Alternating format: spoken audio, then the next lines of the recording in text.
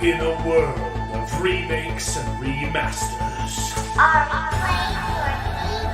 what was once sacred and cool has now soured and become lame. Gone are the days of Pogs and Cowabunga. Now is the reign of slurp juice and dabs. Kids these days don't even know how bad they've got it. Now it's up to the best generation to rise to the occasion and make a show that dares to go where a lot of other nerdy shows have already gone quite a bit. That's right. They're going to talk about it a lot.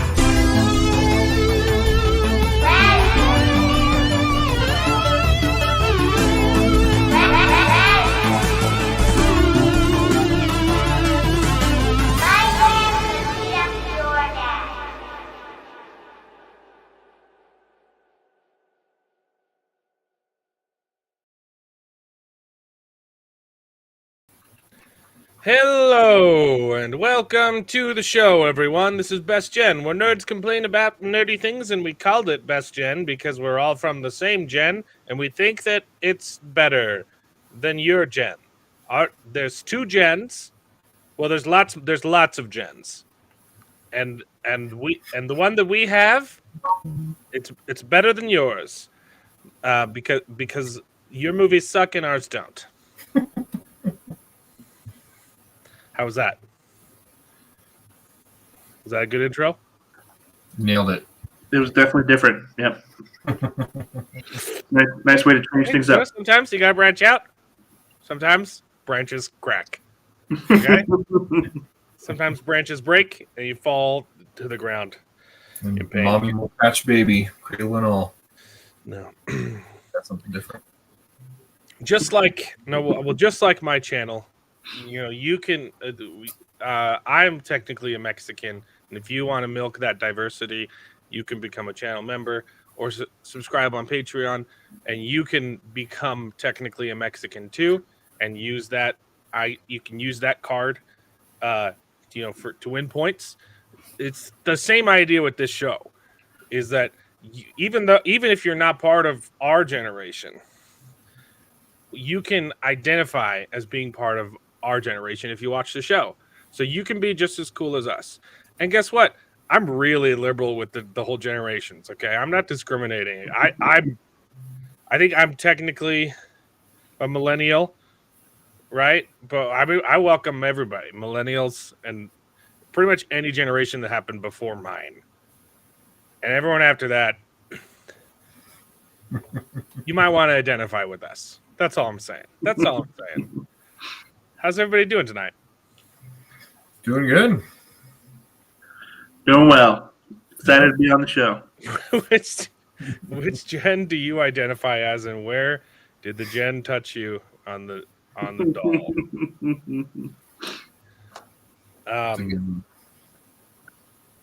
Yeah. Well, it's actually kind of fitting because I watched all of the Alien movies.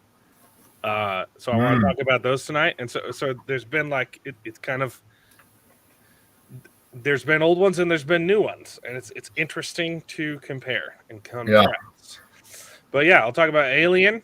We're going to talk about Reacher for a little bit, and I hope it's going to be a good show because I'm exhausted. I did not sleep last night very good, and I haven't had a chance to nap today. I had a 30-minute power nap.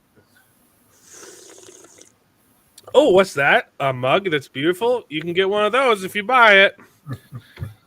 Have you guys been watching Reacher? I have not checked it out yet. Oh, goodness gracious. Yeah, I have. Think about. Okay, Jared and I are going to have a talk. Yep. Let's do some... I had to sign up for Netflix for Rebel Moon, so I've been watching everything I've missed out on Netflix before it cancels it in a month. I did that exact same thing. Yeah. David's been watching some I Think You Should Leave Now with Tim Robinson, finally. Yeah, it's good. It's really funny. What is that?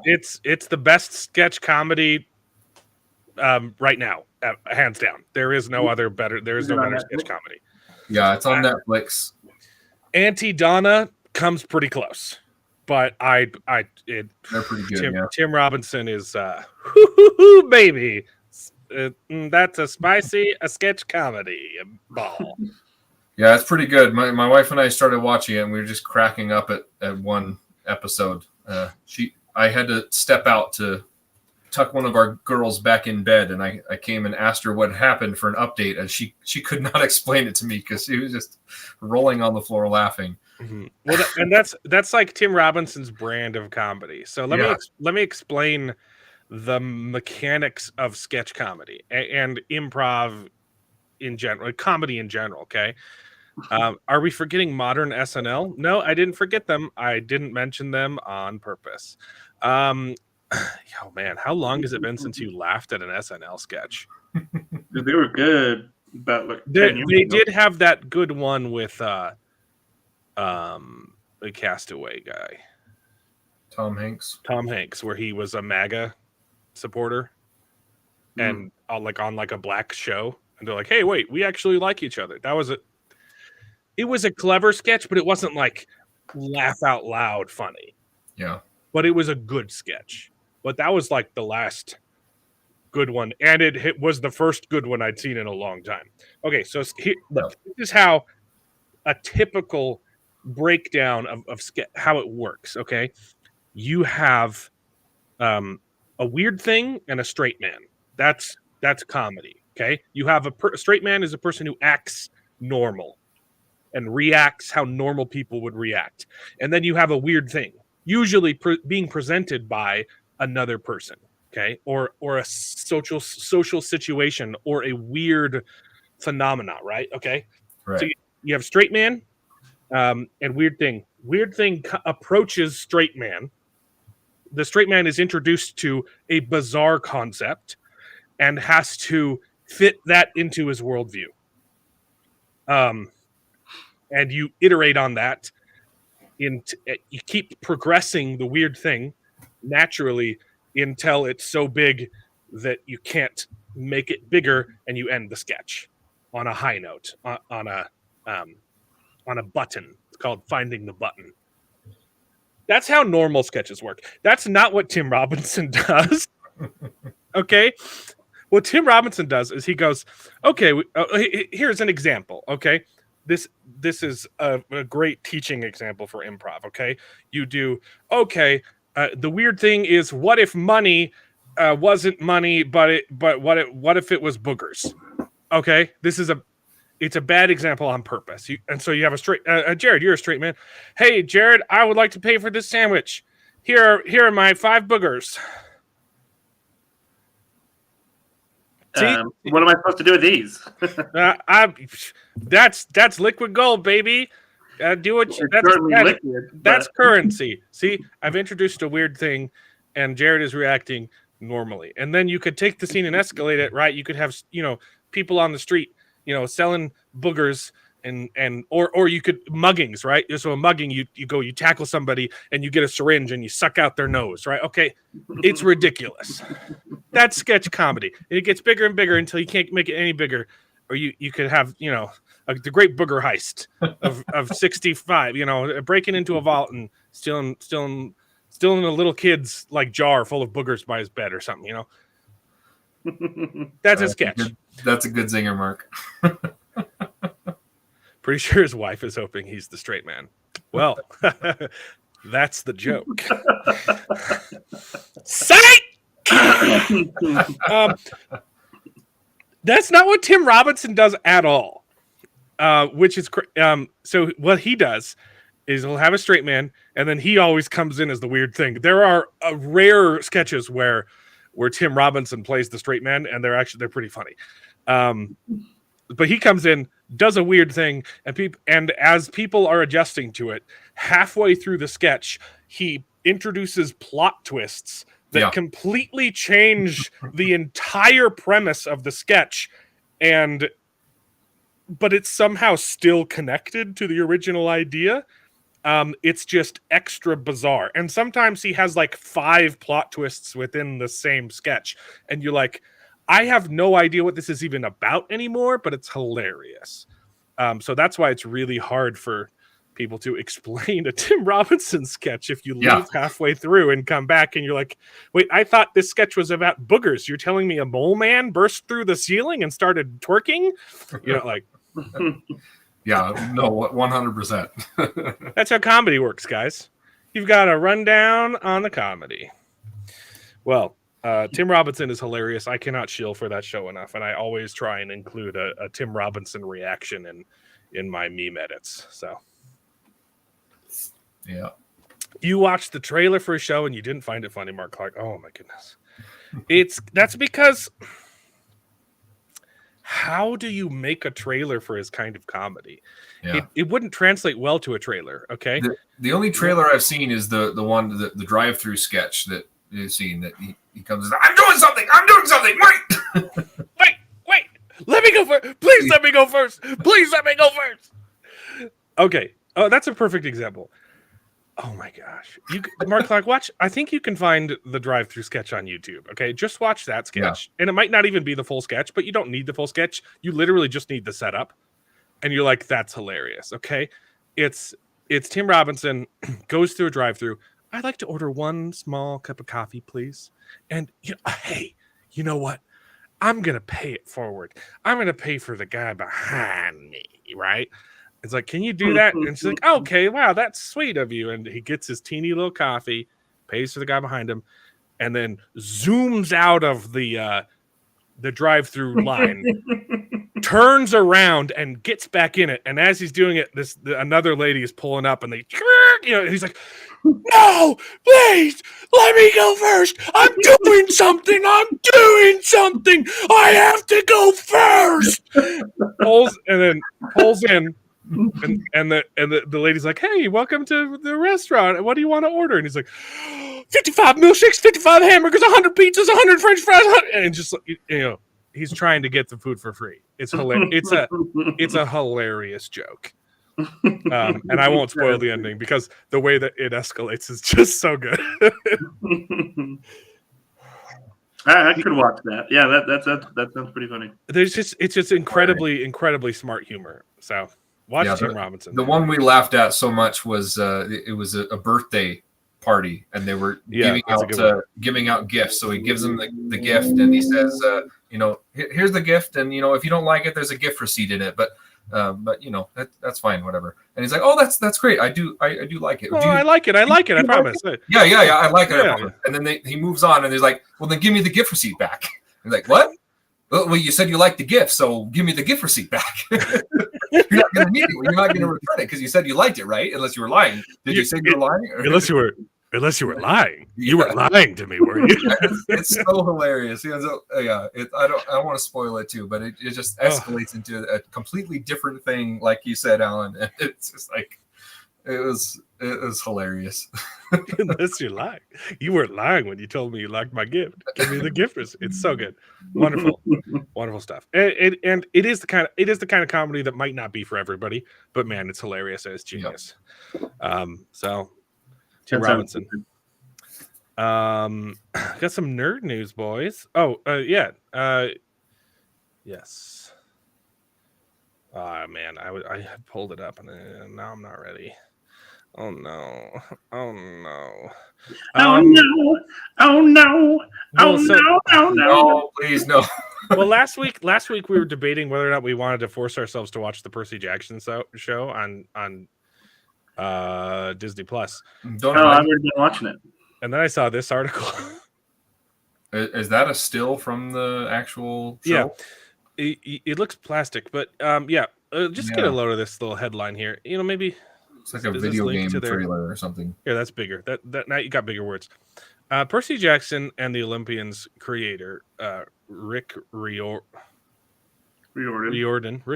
says the original books did not explore Medusa's character because the title hero lacked, and this is a direct quote, the bandwidth for deconstructing the patriarchy.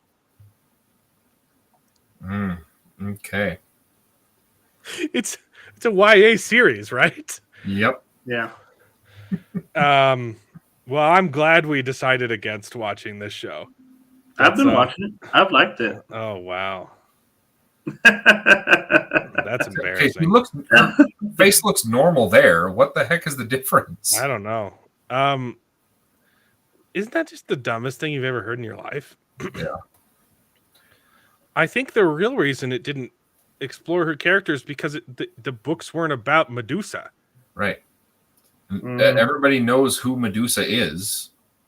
It's not about Medusa. It's about the kids coming across all these Greek mythology stuff and dealing with him being a demigod. So the reason it comes up is like in Medusa's like original Greek lore, there is a demonetization in her backstory. Yeah. And apparently, it's not the kind of thing that you put in a kid's book. And so people were upset that he didn't explore that in his kid's book. Yeah. But I guess we're gonna do it in the TV show. Apparently. No, they don't. That's the thing. So no, but he said he's gonna. Yeah, he said, yeah, we're gonna make up for that mistake. But they don't. Like it's actually followed it pretty well. I'm pretty sure I saw a headline where he says, yes, we're going to address the demonetization in. Well, so they talked backstory. about talked about why she was cursed with that, right? But it really wasn't bad at all. Like it was pretty mild. Okay. So, yeah, no, like that's the thing. Like so it sounds like they're doing the Andor thing where they're trying to say, no, trust us, it's going to be woke. It's going to be so woke. and then it's not. Well, I mean, it already is because it's incredibly racist to do race swaps. But well, yeah, there's that thing, but it's actually been pretty good. Like it's remained pretty like. Because every single headline I've seen, obviously, but I think they're genuinely trying to do the Andor thing, where you're like, this wasn't what you this wasn't what you said it was. It's actually good.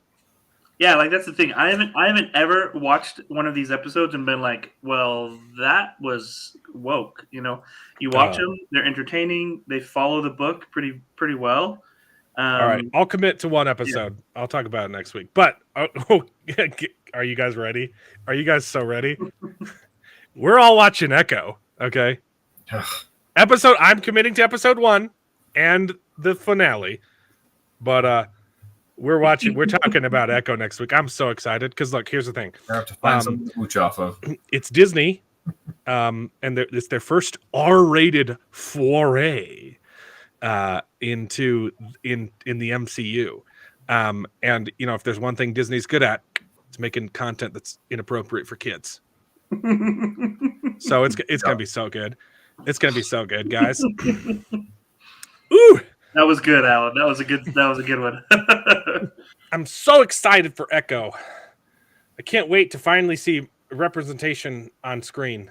I haven't identified with any superheroes until now.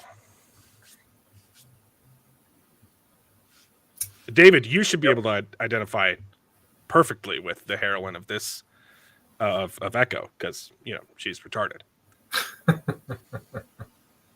So they got you. Nice singer. Yeah, man, I'm just not. Okay, I'll watch it. And I'll report back. Okay. I don't think it's been that bad. But it's that's just such a good way to not get people excited for the show, though. Yeah. Ugh. Oh man, this is Clash of the Titans, baby. Yeah, that was terrifying. The OG Clash of the Titans. I'm not talking about the remake, which was horrible. But what's shocking? Okay, the remake totally sucks. The sequel to the remake. Sequel's pretty dang good, actually. Yeah. Dope. Wrath of the Titans is legitimately awesome. Yeah. I love that movie. And the Clash of the Titans is just garbage. Yeah, that's wild. But the OG Clash, baby, got some good old stuff in there. Anyway, here's some more news. You guys see the Star Wars news? Nope. Well, so the big news, so they're doing the Rey movie, and the big announcement was it's going to have a female director because it's about time a woman shaped a Star Wars film. Yeah, like Kathleen Kennedy had What nothing it, to do with the past. What has Kathleen Kennedy been doing this whole time, if not shaping the Star Wars movies? Yep. What's funny though is like they just had that what was the big flop? It was was it the Marvel one? The last one was Loki, I think. Oh no, the Marvels, right? So they just had the Marvels. Oh, right. In the MCU, and they're like, oh yeah, that one wasn't very good. You see, what had happened was, we hired a female director, and we didn't supervise her enough. That's literally what Bob Iger said. He's like, oh, the problem with the Marvels is it was lack of supervision on set. Yeah. We didn't supervise our diversity hires enough. So going forward, we're going to do that again. These people have these people have no acolytes. They're just running around in circles praising themselves, and it's not going to be good. So look forward to that. Here's some more news. You guys saw the Epstein stuff, right? Yeah. So everyone keeps saying they've released the client list, which is not true. Mark Cluck, you are correct. David is a Raylo. I had to watch Rise of Skywalker with him, okay? So everyone's saying they released the client list. It's not true. For some reason, we can't release the client list. They released the court documents and the stenography stuff, right? The interviews that were had in court.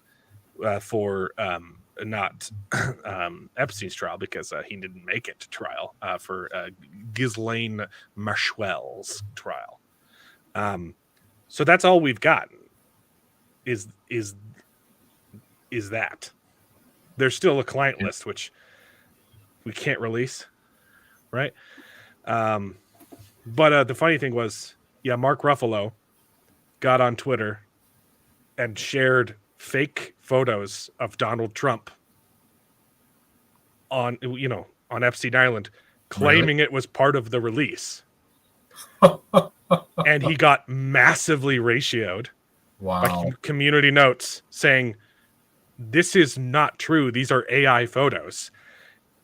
And then his response was to say, yeah, that's really bad of Elon Musk to allow disinformation on his platform, right? Not, oh, I'm sorry for deliberately lying. Yeah. What a scumbag. You're a bad Hulk, by the way.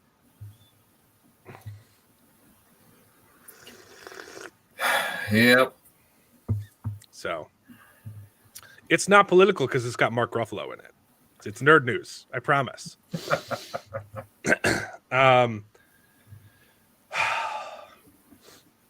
Imagine getting caught lying and then blaming someone else. Like that's the thing. It's Isn't that the worst? Oh man, that Elon Musk. He shouldn't allow me to get on his platform and lie. Yeah, that's essentially what he said. If you think that Mark Ruffalo is a good actor, go watch the opening scene to Avengers Endgame, where they're talking about what to do with Thanos. It is the worst acting I've ever seen in my life. I cannot stand him as Hulk. So, more news. This is not news. I just had a question. Have you guys ever heard of this show, Slow Horses? I never heard of it, and like Gary Oldman is like one of my favorite actors. Yeah, and Mark Miller is standing for the show, and now I'm gonna go watch it. Hmm. I didn't even know it existed. What's but it this on? look, Yeah. I don't care. I'm gonna go watch it. Look it up. Slow Horses. I literally saw this like 2 minutes before the show started, and I was like, "How come I've never even heard of this? I didn't know it existed." My goodness, it's got seasons. Yeah, how many? Oh, it's on Apple Plus. Dang. Mm. But here's the thing, though. Severance season 2 is dropping. I might have Apple Plus for a little bit. So I've been thinking about getting it for a while, but I just got Netflix to watch this, so it's Yeah. either Netflix or Apple. yeah, but we're done with Netflix until we have to get it back for February, guys. At the end, no. So we're basically done with Netflix until March, because it's like the last week of February where Avatar comes out. Yep. And then Well, but Stranger Things is coming out too. Oh, I think that's on the 12th. yay! Of this month? I think so. Yeah. Rebel Moon Part 2 is April or something, right? Yeah. Yeah. So we'll be in and out, but yeah, I'm totally. This looks great. So Slow Horses has 3 seasons with 6 episodes apiece. hey, maybe it's good. Hey, and Mark Miller's a fantastic writer. So if you're looking for good TV, I can't endorse it, but I'm interested for sure. Will Smith is the showrunner. What? Oh, that's weird. Oh, never mind. Different Will Smith. Okay. Okay. Yeah. So the next news is about. So they are. I was excited because I just finished watching all the Alien movies, and they're like, "Hey, they're doing a new one," and then I discovered it's being made by Disney because it's Fox now. So and then I got not excited for it because they're starting the press for it, and they're saying, "Hey, you should be really excited for Alien Romulus because it's going to be nothing like the other Alien movies that you like." Yeah, that's never a good marketing strategy. Why? We're moving away from the blueprint that has been successful in the past. Why do you do this? Look, even if it's true, right? You can make good stuff this way, but don't phrase it like that. Say, hey, we're going to take what worked in the original and we're going to give it a little bit of a twist. So we're going to try something new, but also honor the past. Okay? Because that's innovation. You're basically, if you take out all the stupid phrasing, you're basically describing trying, right? Yep. Like, it's not a horrible endeavor, but why would you say it like this? Yeah, so that we've got that to not look forward to. And I liked Critical Drinker's response to theirs, which was just the original cast of people who look like people and not CW models, which is what they're going for in the new movie, which is why so many people like the original movie, because it was just regular guys. Yeah. They were literally truckers. They're space truckers, right? And then the second one, you get like space marines, and then you get space prisoners, and then in 4, you get I don't remember 4. Is that the one where he's space resurrected? oh yeah, you get space capitalists. Okay, so you get space truckers, and then you get space marines, and then you get space prisoners, and then you get space greedy corporations, and space pirates in 4, and then in the prequel it kind of switches things up a little bit, but we'll talk about Alien in a little bit. Okay, here's some fun stuff to liven up the news. Oh wait, no, sorry, this isn't fun. I lied. Did you guys see the first fight scene from Echo? Nope. I paused it just in time. I want you to watch this little kick right here.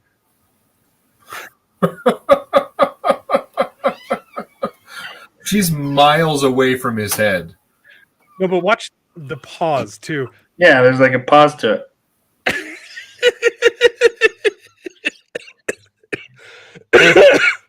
Anyway, this is available. You can go watch it. It's not good. So I'm very sorry for what's about to happen next week. But it's some really, really bad choreography. It's I love the comment on the bottom. Is this in full speed, or are they really moving that slow? Yeah, it's basically the Ahsoka, right? So you've got Charlie Cox, who's actually good at fighting someone who's not, and you're like, okay, one person is on time and the other person is way off and having to pull their punches and all. It's just, oh man, Disney sucks. Okay, here's a funny one that will lighten up the mood after the depressing news. Wife, the Babylon Bee says, wife unaware that movie will answer all of her questions if she just pays attention. Yep. That's good. I like that. Literally every single movie I watch. Why are they doing this? We're watching the movie together. Yeah. Okay. I'm hoping they'll answer your question. So. Yep. Kids too. You know what? The kids are bad at that. So I haven't been on the show for a while. Mm. But speaking of like good movies, I think over the Christmas holiday we watched this one that was the Scrooge story. So it was a Christmas Carol. Did you watch the Ryan Reynolds one or the?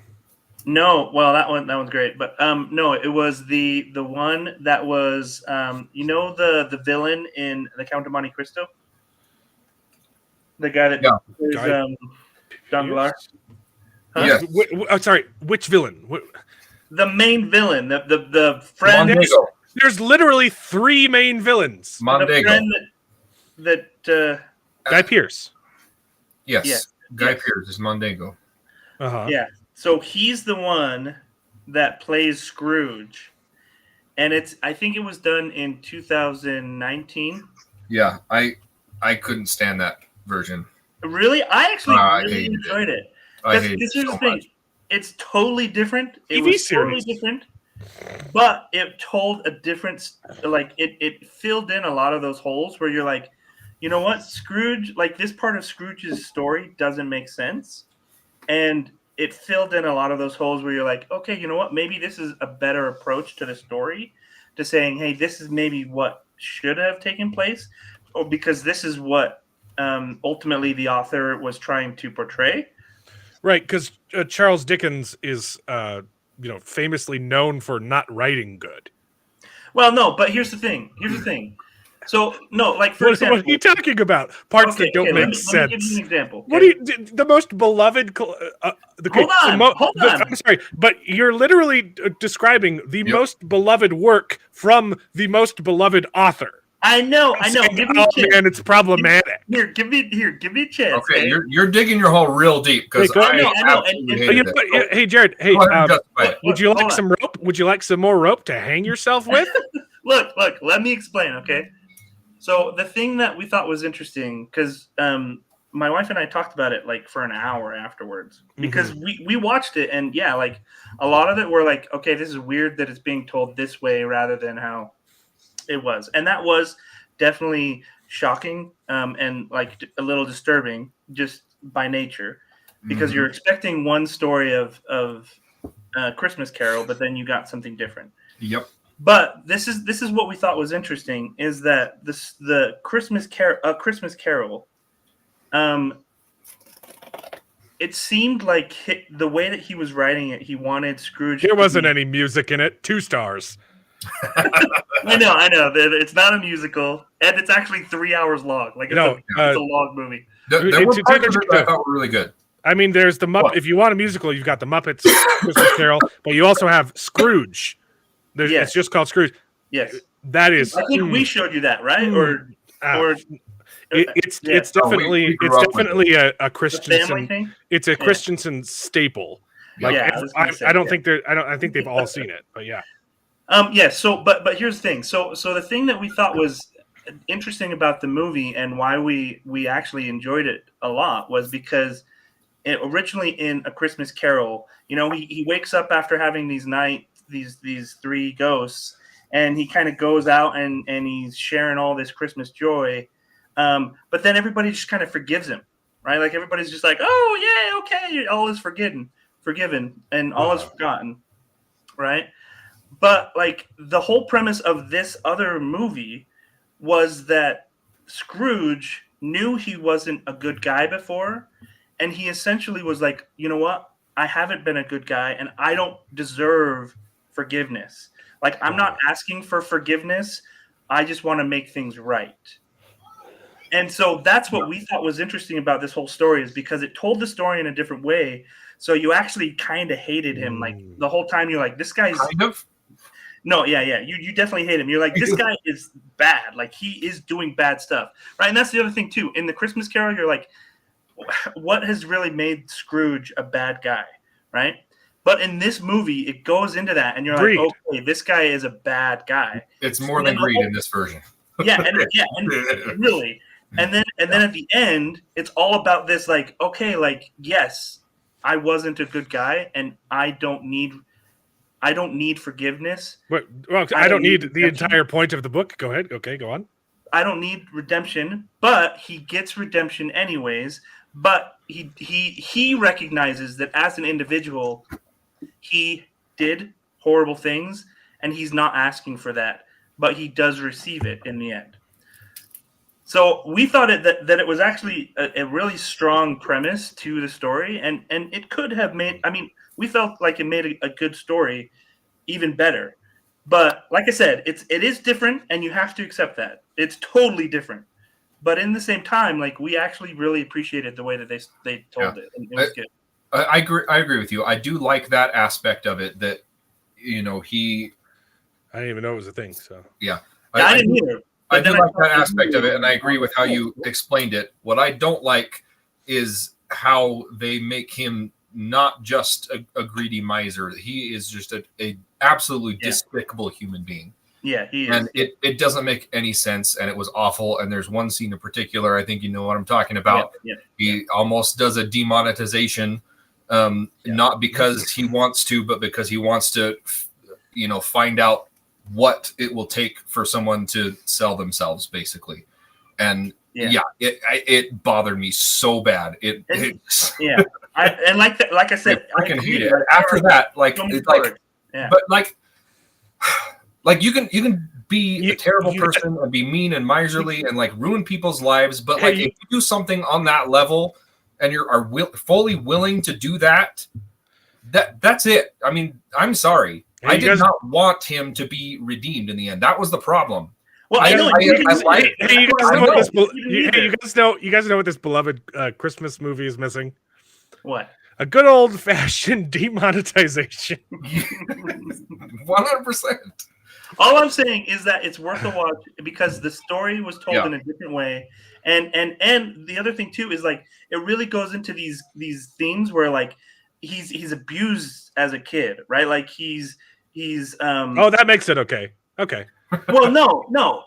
That's the thing. It's not saying that it's okay. That's what's great about it. Is it's one of those movies where you watch it and it's not saying, "Hey, this makes him a good guy because of what he's gone through." Right. It says, "This is what he's gone through. This is why he did it." And then it says, "Okay, does he need redemption? Does he need forgiveness?" And he ultimately decides, "No, I don't need forgiveness because I recognize that I am doing bad things." And that's why we loved it, is because it didn't do that, Alan. Like that is exactly the point. I did like that aspect of it. I just didn't like how far they made him just a terrible, terrible person before it. Because in order for that to work, you want to feel for the guy. You want to say, okay, you've done terrible things. You're a douchebag, but you can be redeemed for it. And the whole time it was like, you're just a terrible person. I don't want to see you redeemed. It made me hate him so much. But I agree. I liked the aspect. I liked a lot of the things that they did. It just I hated his character so much the whole time. I absolutely agree. But I think that's what they were trying to do. And so that's why I liked it. At the end, like my wife and I were like, that was totally different than what we were expecting. Because literally we watched it. Well, I mean, based off the trailer, I was like, okay, this is going to be a dark telling of A Christmas Carol, which I originally I was like, okay, this is going to be interesting. Yeah. Because I saw the trailer and I was like, how are they going to take this? Because it's just got a much darker theme. And then they took it that way and we were like, I actually feel like that was a good story. It wasn't a happy story, but it was a good story that I think, told some good principles. I know this is completely way off track from what we were talking about, and like, but like, it just popped into my brain, and I was like, Yeah. that was a movie we watched, and I do agree it is worth watching. It was just frustrating. It sounds it sounds like something I might not like though. I don't know. That's interesting. Mark Clark suggests Was Mark Clark interesting for sure. recommends Drood by Dan Simmons. Not Droid. Even though he typed Droid 4 times. It's Drood. It's Drood by Dan Simmons. Also, did you see? And it is a fictionalized account of the last 5 years of Charles Dickens' life. Interesting. Really? Oh, didn't they do I saw a trailer for like they're making a movie about Sigmund Freud being like Tolkien's therapist or something like that. Interesting. Or no, it's not Tolkien. It's C.S. Lewis or something like that. Yeah, it's Really? Sigmund Freud and C.S. Lewis like facing off in a therapy session. I'm like, I don't think I trust Hollywood to make the right choices in this movie. Yeah. And Mark Clark, thank you so much for the $1.99. I'm going with Jared's movie. Sounds terrible. I'm pretty there. I'm pretty much there with you, man. It was an interesting movie. I'll say that. I won't say that it was either good or bad, but it was an interesting movie that made me really think. Hey, William, thanks for joining the stream. And sorry it took so long to read your comment, but we had to listen to someone saying dumb things for a little bit. Hey, but here's the thing. I will respond to Mark Clark's comment. Yeah. If you jump in the middle, it won't make any sense. So. That's a good one. You know, I think they need to do the same thing, but for It's a Wonderful Life. Oh, I love that movie. But it's just demonetization the whole time. Right? And then when he was like, "Oh, I wish I was never born," and then like, and the world is better. Well, it's like Attila the Hun, you know. It's like, well, where'd all the kids go? Yeah. Yeah. The middle is the best part of anything. I mean, sure. Okay, sandwiches. Yeah. Like filling, cream filling, sure. No, it was good. It just wouldn't make any sense. Oreos, yeah. Oreos, yeah.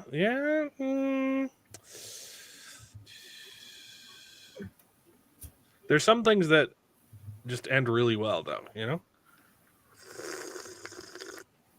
I like endings. I like happy endings. So, I'm not a fan. Oh, wow. Okay. So you just said something really smart and then followed it up with this. Those are kind words. Mark, did it need more demonetization? Is that what would have helped? Darker, grittier tale. Oh boy. I mean, White Christmas. I have never seen White Christmas. White Christmas is good.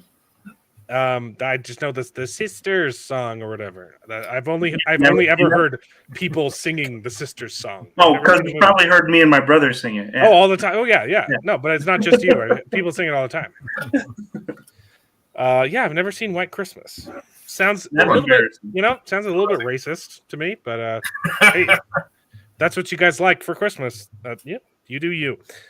But I am gonna watch It's a Wonderful Life. My wife had never seen that movie. She watched it for the first time, and we were joined by Bearded, whose camera is not working. So we'll check back with him in a couple of seconds. I kind of want to talk about Alien first, because I don't think it'll take super long, and then we'll do some bad takes, and then Reacher, because then David can leave if he doesn't want to get spoils. Sounds good. Okay, so I just finished watching all the Alien movies, which was an experience for sure. Because I originally started them maybe half a year ago, when they were all on HBO, and I got through the first 3, and was going to start the fourth movie, and it got removed. from HBO, and I was like, no, I don't have access to the movie. I'd have to like do something drastic, like pay for it.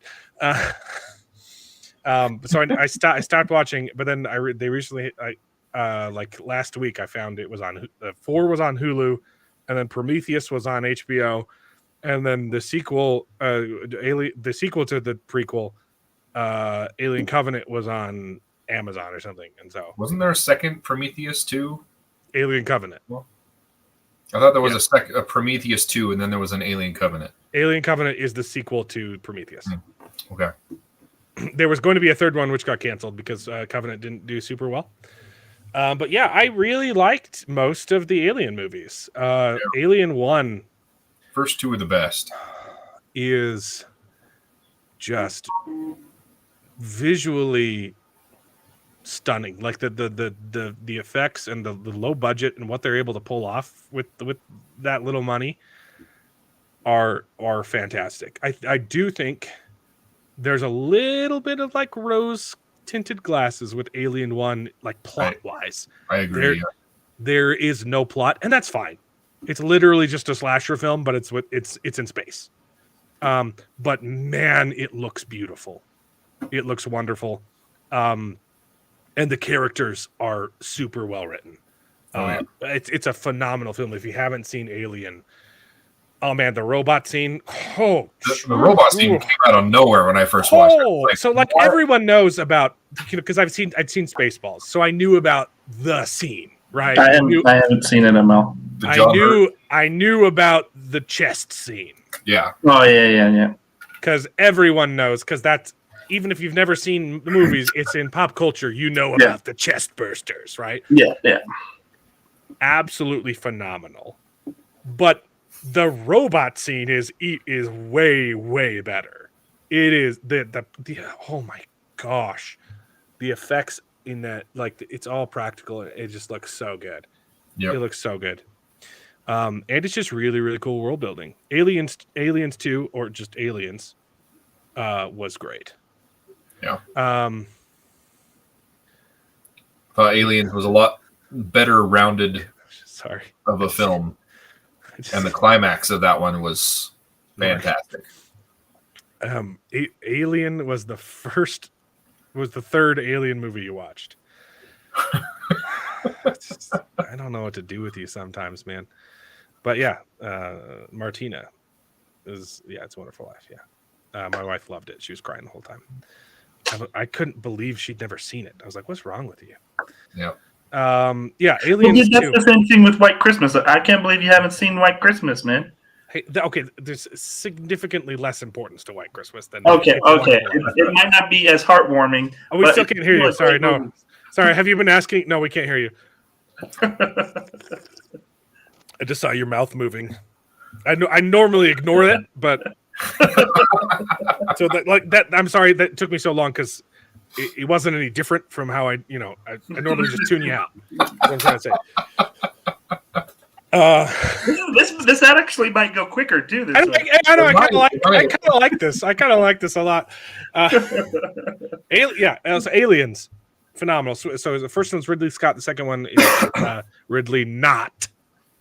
Right. It's James Cameron. Right. It's the perfect escalation of the first movie.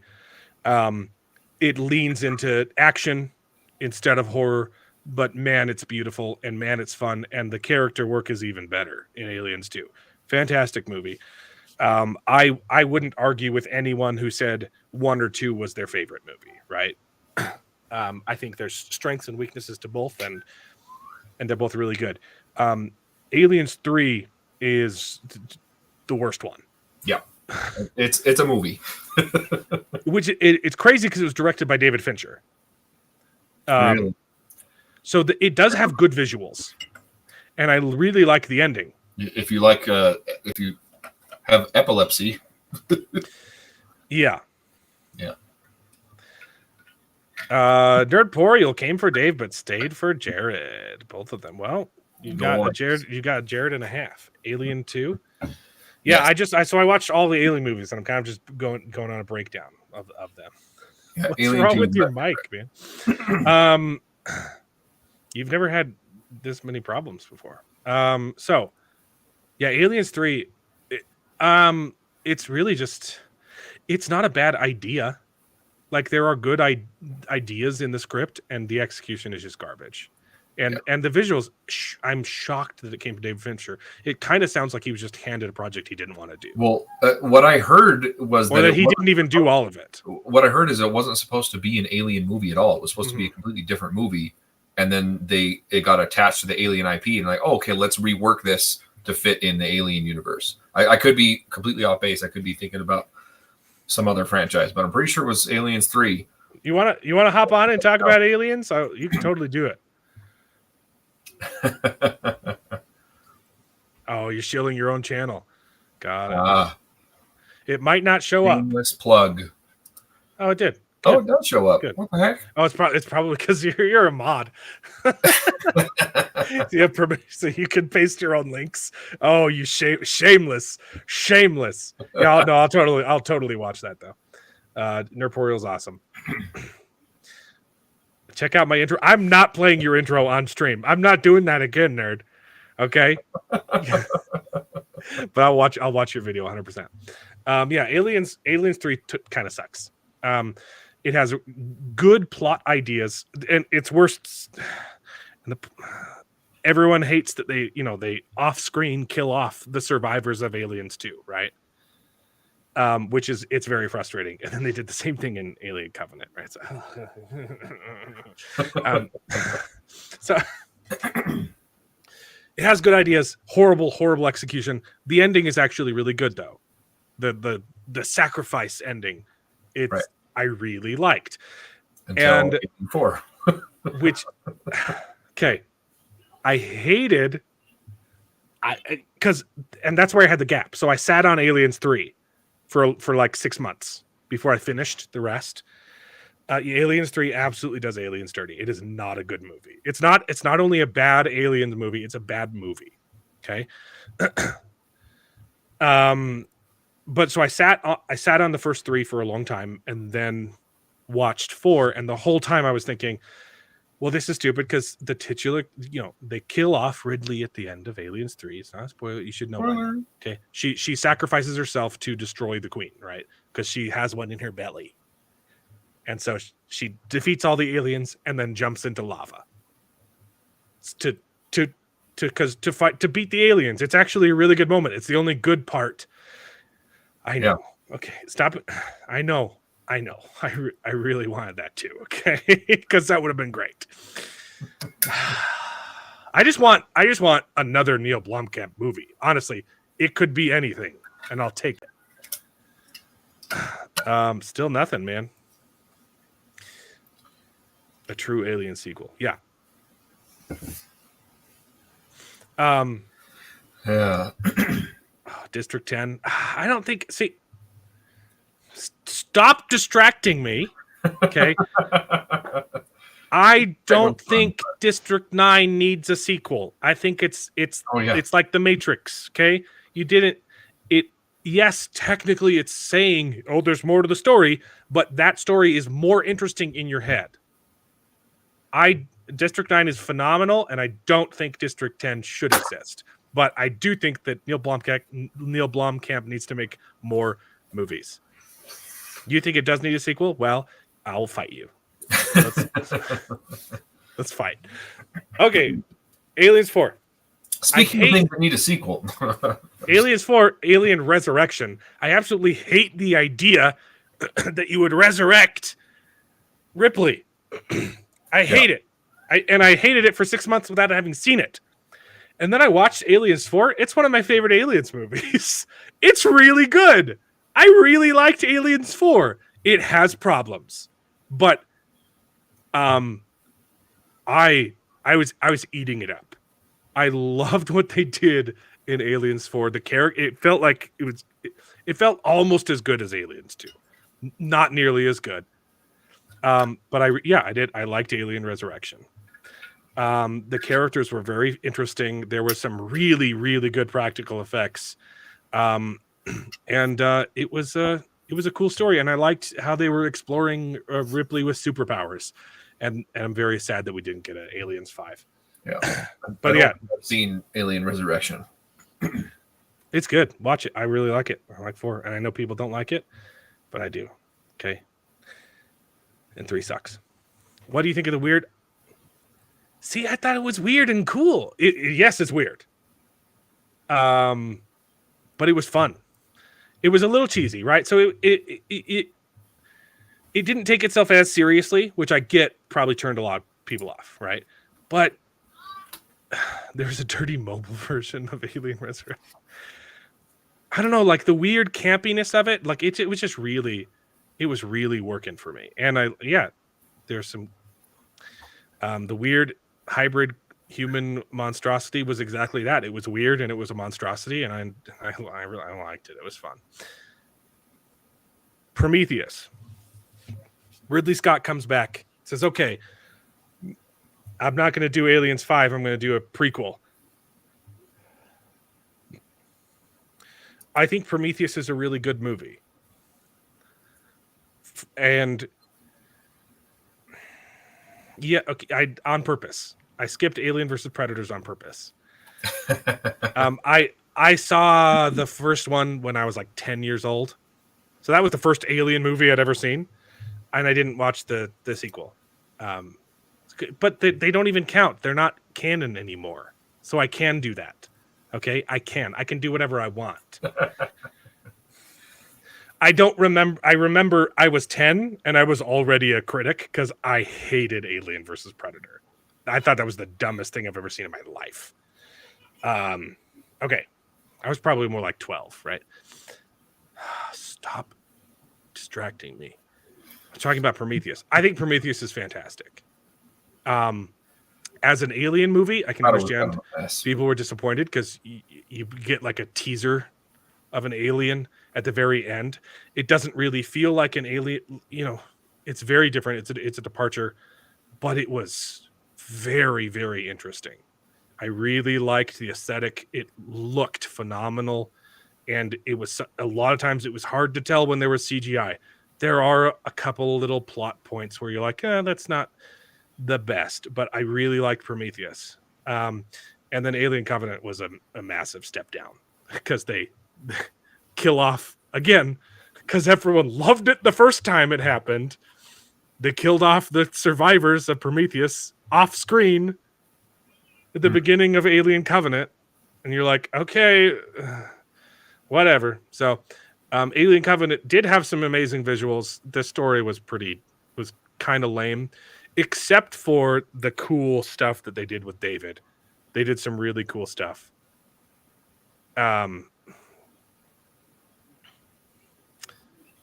Yeah, no, see, that's it. That scene.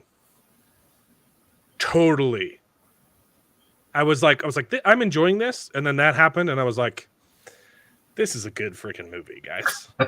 This is like, that is like on par with the most shocking scenes from Aliens 1 and 2. Like that, it's brutal and incredible. It was. I thought just I liked Prometheus too, but I thought it was kind of disjointed. Oh yeah. At times. Absolutely. It is. Yeah. Nope. Oh my goodness. Yeah. Alien Covenant was a step down, way better than Aliens 3. I enjoyed watching it. And I don't think there was a single thing I enjoyed from Aliens 3, man. It was just a miserable movie. Yeah. Despite liking some of the things that they were hinting at. I was like, I can see. And we're not going to explore that? Okay, cool. Right? Yeah. I enjoyed watching Covenant, but man, it had some problems. And switching places was dumb. But but before the switching places, like the stuff, like seeing like David's lab and seeing his experiments and like cadavers and stuff, you're like, oh, that's cool. That's cool stuff. But obviously, like the most interesting part was the engineer's story, right? Like everyone wanted to see, hey, that stuff that you hinted at in the first movie. Do you want to give us some more of that? Oh no, we're not. You're going to kill all of them off screen too, and not give us any answers. Cool. Okay, sure. Yeah. Yeah, it has good stuff in it. It's not. I didn't think it was a terrible movie. It wasn't a great film. So, I would highly recommend watching all of them. Should you skip 3? I'd have to rewatch it to see if it's skippable or not. But there's kind of plot in there that's important for 4. But man, I had a really good time. I didn't know how much I liked the Aliens franchise because I experienced it all recently, and the only experience I'd had before that was AVP. Oh, Spaceballs. I love how they quote like the enemy of my enemy is my friend. Who was it that said that first? I know that George Bush said it a couple times, but he wasn't the first one. He was quoting someone else. It was some other president. I don't know. Yeah. So stupid. What a dumb movie. Man, I really like the Alien movies. And I think across the board, visually, they're all stunning. Yeah. And what a cool franchise. So. Can't wait for Disney to screw it up. I know. Anyway, okay, let's do some bad takes. And then we'll talk about Reacher, and David can leave if he doesn't want it spoiled. Yep. Oh man, I was ready for this and then I wasn't. Share window. Sorry. Okay. This will be quick too. There's only 3 bad takes. Video. Oh, shoot. Oh man. Screen Rants. Bad takes. Screen Rant asks the real question. Why do Power give me a second. Why do Power Rangers always wear their colors? Power Rangers weirdest trope explained. Most Power Rangers have secret identities, so why do they always wear their signature colors?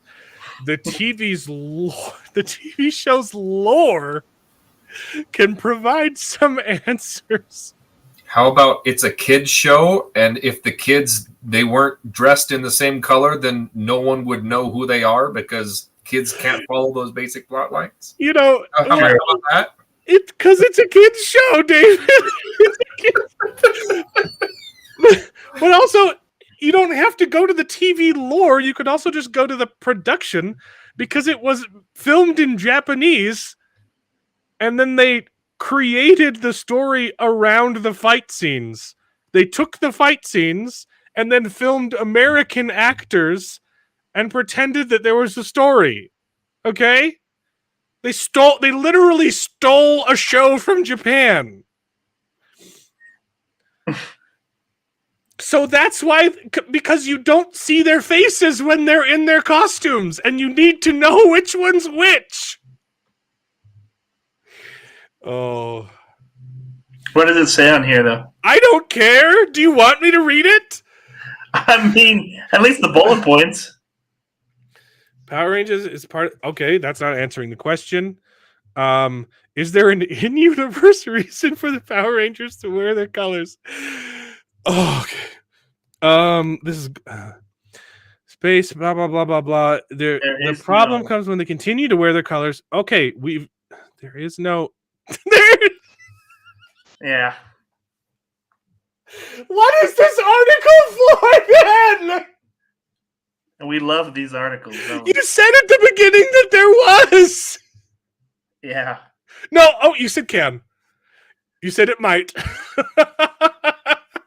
That's true. It's true. See, that's where they'll win the legal arguments though, because they'll say no, we didn't say it did. Oh no, I got booted. Oh my gosh. Wait, what is this? Reacher season 3 story tease fixes season 2's biggest problem? It's not over yet. I was gonna say I haven't even. I'm curious. They haven't finished the second season. I'll have to go back to that one. I'm not gonna close that window. Anyway, that's a bad thing. That was a good one. Mighty Morphin Power Rangers. Yeah, I don't know, Jared, what's wrong with your mic, but sorry if you wanted to contribute. Don't you know sign language? You can Couldn't you send us just sign messages to in the us? private chat. Anyway, here are 10 burning questions. Sorry. Oh, did you want to say something about the Power Rangers, David? No, I made my point. You reiterated it. Did you hear though? What is going on with your? It wants me to create an account, and I don't want to do that. So the best part is, it says, it answers to answer their question. Is there an in-universe reason for the Power Rangers to wear their colors? No. So they created the article for nothing. Oh my gosh! Have I tried Spanish? I don't know what you're referring to. I feel like I missed a bunch of. I don't think that should qualify as the weirdest trope. Absolutely. There you go, Jared. Okay. You've been commenting. Sorry. What I want to see next is there an in-universe explanation for why all the bad guys are dressed in plastic rubber thing that just dingles That's about? true. Well, I wonder if there's an in-universe explanation. I wonder if there's an in-universe explanation as to why Screen Rant's articles are so garbage. But yeah, we saw this next one teased. I gotta save this page. So here we go. Gotta save this page. Echo will teach us all. Well, I want to go back and look up that article. I know. I just thought it was funny. Echo will teach us all sign language. Oh, yeah, I'm so excited.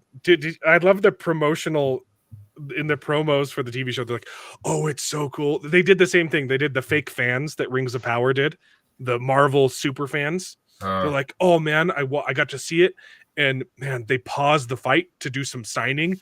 It's so cool. What? This is in their promotional material. They're like, it was so cool. We got to see sign language in the middle of a fight. That's an odd decision. Why does that make it good? I don't. Yeah. Huh. Okay. Screen Rant presents the 10 burning questions Halo Season 2 needs to answer. My gosh. No, hold on. Halo 1 left us with a lot of unanswered questions. Did you guys actually finish the series? The season? But hopefully Season 2 will unravel the biggest mysteries and fix some problems. I didn't watch a single episode, Jared. That's the thing. So here's the thing. But I got it was brought up on the channel, and I was like, you know what? Maybe I'll watch it. I watched the first episode. It was just as bad as we were talking about it. And the rest of the season didn't get any better. and then I saw Season 2 come out, and I'm like, this is just going to be bad. What's funny, they didn't listen to a single criticism.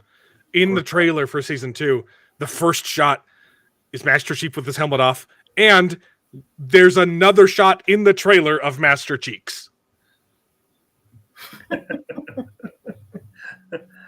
Yeah. I don't get it.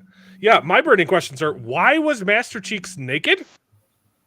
Why did he take his helmet off in every scene? And what does any of this have to do with Halo? Yeah. Those are good questions. It was not Halo. 3. Those are my 3 burning questions. Yeah, it was not Halo. My 4th burning question isn't related to the TV show, but it's, why is it burning down there?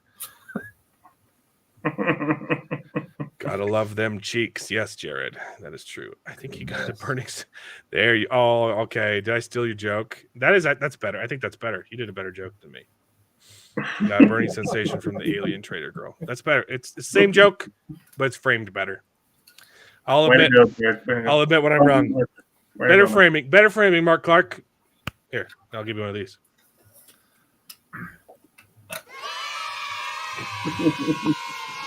There you go.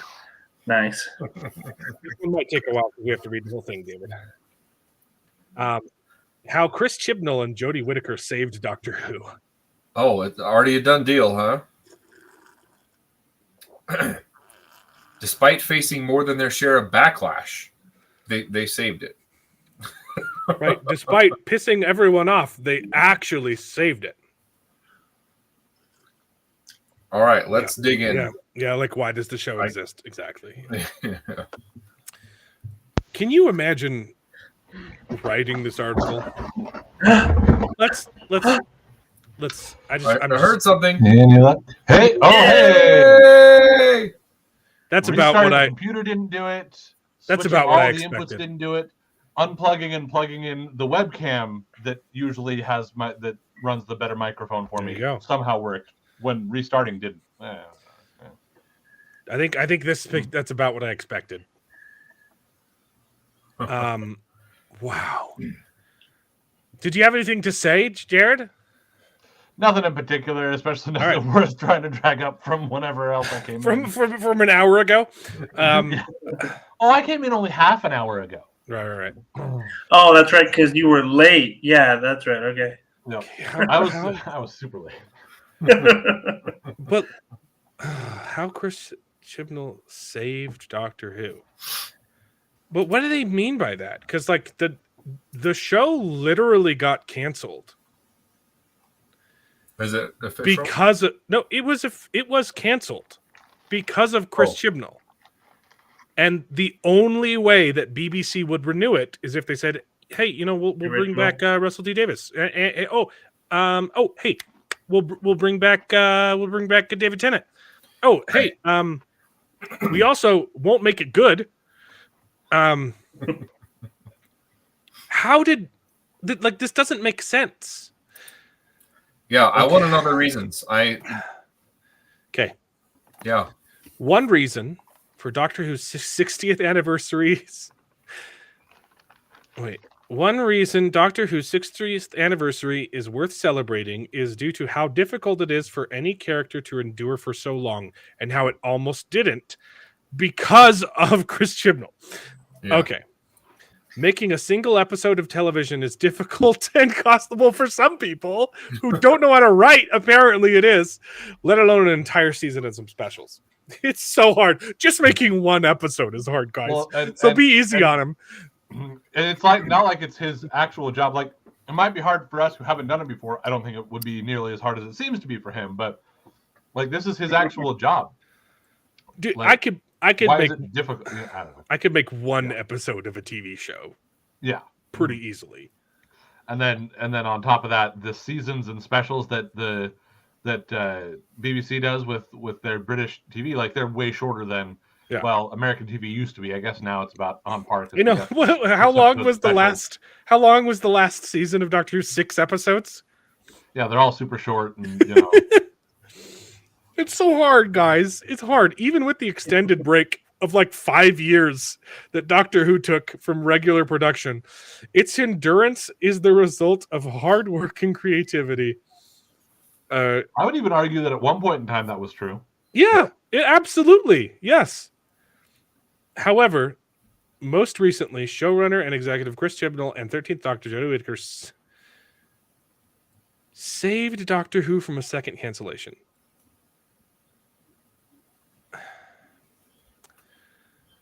Beyond the first regeneration of the Doctor as a woman, Chris Chibnall era faced controversy by almost getting the show canceled. Yeah, I was going to say, that's an interesting way to go from like, they saved it because guess what? There was controversy. Like, that's not but they then this kind of argument that doesn't track. But they literally didn't. Russell T Davies did. No, read the next paragraph. It gets good. when Davis announced Chibnall's was announced as Chibnall's successor, many took it as a move of desperation. Yes, you don't say. A desperation on the part of the BBC. In reality, it was because don't believe your lying eyes. Here's the real reason. It was because Disney agreed to amplify the budget. No, they didn't. No, they didn't. I'm sure they agreed to amplify the budget in order to bring back David Tennant and in order to bring back Russell T Davies, and they bought the show. That's not the same. Yeah, so you got an influx of cash. Okay. Yeah, Chibnall brought a lot of changes to the series, both visually, I agree, and in narrative, beyond big sci-fi concepts, the stories were less subtle. That's definitely with the moral lessons found in the show from the front. That's part of the criticism found in the show from the beginning, right? Don't believe your lying eyes. don't believe the how many seasons? The 18? Yeah. No, I'm. Well, if you're Don't believe depends on the if you're counting 18 original, seasons that you watched of your own accord. Believe us, trust me, because I wrote it down. Doctor Who was always woke. It just wasn't. It was just more subtle. Yeah. And honestly, as we've talked about, even with like something like the Orville, that's actually like that happens, and it's actually does make things better. It does make it a lot more enjoyable. Yeah. Because you're able to enjoy the show and the story, and be able to explore the interesting and complicated ins and outs of whatever issue they're presenting, rather that's than what just being sci-fi- force fed. Here's the answer. I know the That's episode. what sci-fi has always done best. It's brought up these situations and made you sit and stew and think about it, right? There's always been underlying things like corporatism, corporate greed is bad. That's a underlying theme in a lot of sci-fi, right? The episode, the Orville's episode, quandaries that they bring up, they don't ham fist you, say this is wrong, this is wrong, this is what you believe. They just bring up the situation and let you mull it over. The Orville's never said anything like, "Oh, a male presenting would never understand this," but because right, yeah, a male presenting Time Lord would never understand subtlety. The Orville literally got away with doing an episode on abortion. Yeah, because they didn't get mad at anyone. They jumbled it up. They mixed up the political sides.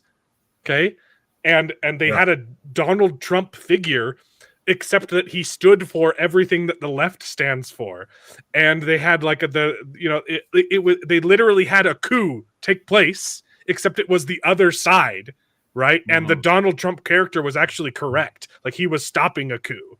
And you're like, they literally talked about modern moral conundrums in a way that it was impossible for anyone to get offended by it. Right. Because the goal was to explore the morality. Yeah. It literally said, hey, here's a moral concept. Here's a fictional alien race that thinks this, here's another fictional alien race that thinks the opposite. Let's explore, baby. I like how it's brilliant. That episode is genius how it's constructed. Because neither the left nor the right can get mad at any point that's being made in that episode, because they're not making points, they're bringing points up. For you to think about. Bringing up discussions. Yeah, it's always raised moral questions. It hasn't always told you what the answer was and been wrong. Right. Yeah. But it's a burning question. No. Okay. Oh gosh, where were we? From the beginning, it's always been why woke. The Christian Doctor Who's always been woke. Don't believe your lying eyes. Why the Christian era has been so controversial. While it's unclear what the budget for Chibnall seasons were, the episodes looked like money. Yeah, they dumped a lot of money into it because they wanted to sell their ESG. Still, when Davis returned to the series, he helped relaunch in 2005.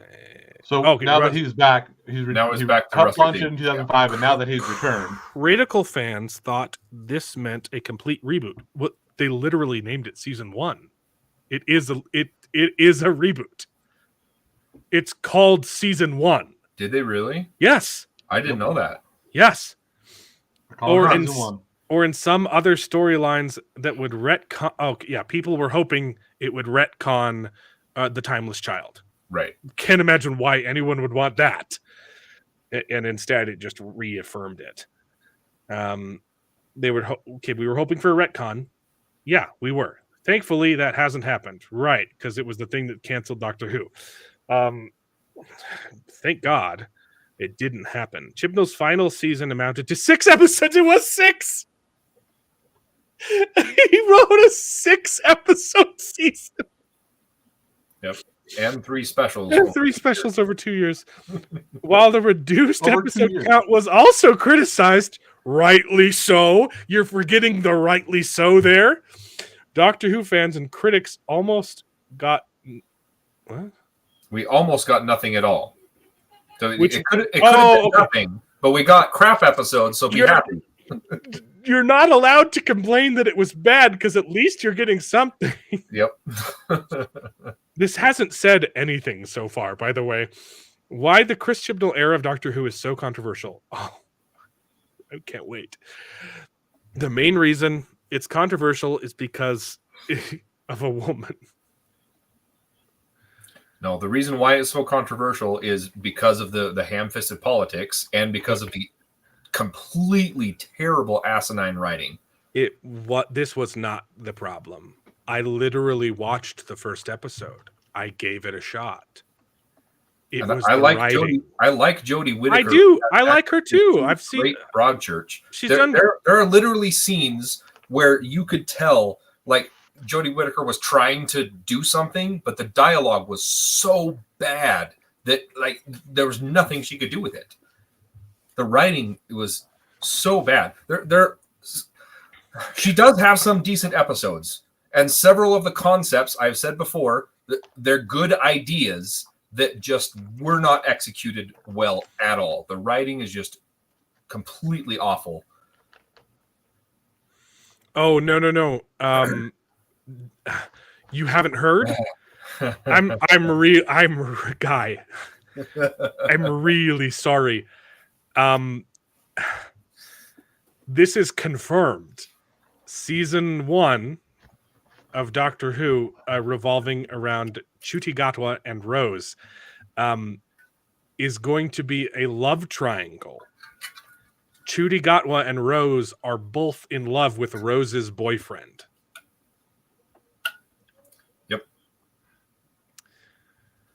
So that's what I heard. It's I'm sorry. But he's not going to impregnate Rose. He'll probably impregnate her boyfriend. Somehow. Alien technology. Hey, you know. Okay. This was not the reason it was controversial. It was controversial because it sucked. And it put the message before the sci-fi. Yep. Thank you. It seems silly. Here we go. It's you silly idiots. How dumb of you to dismiss a show because it had a woman in it. For a decades-old known for progressive stories. Shut the hell up. I'm sorry. No, it wasn't. It was known for good stories. Go to hell.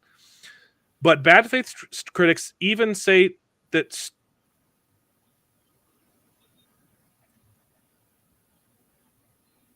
what? Bad faith critics are even now saying that Star Trek has gone woke nowadays?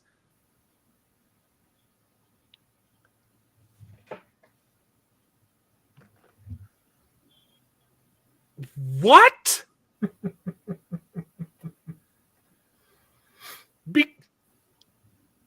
I don't know what to say. I'm flabbergasted.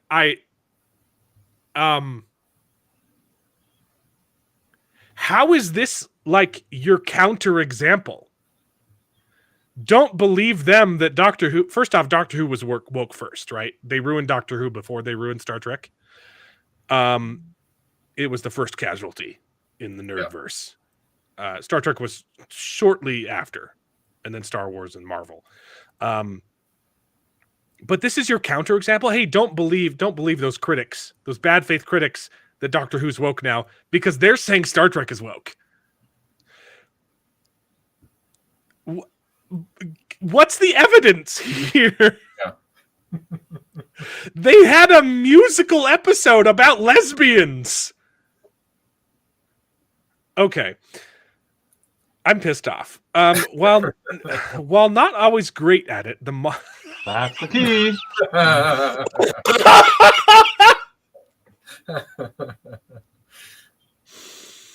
What the crap? Yeah.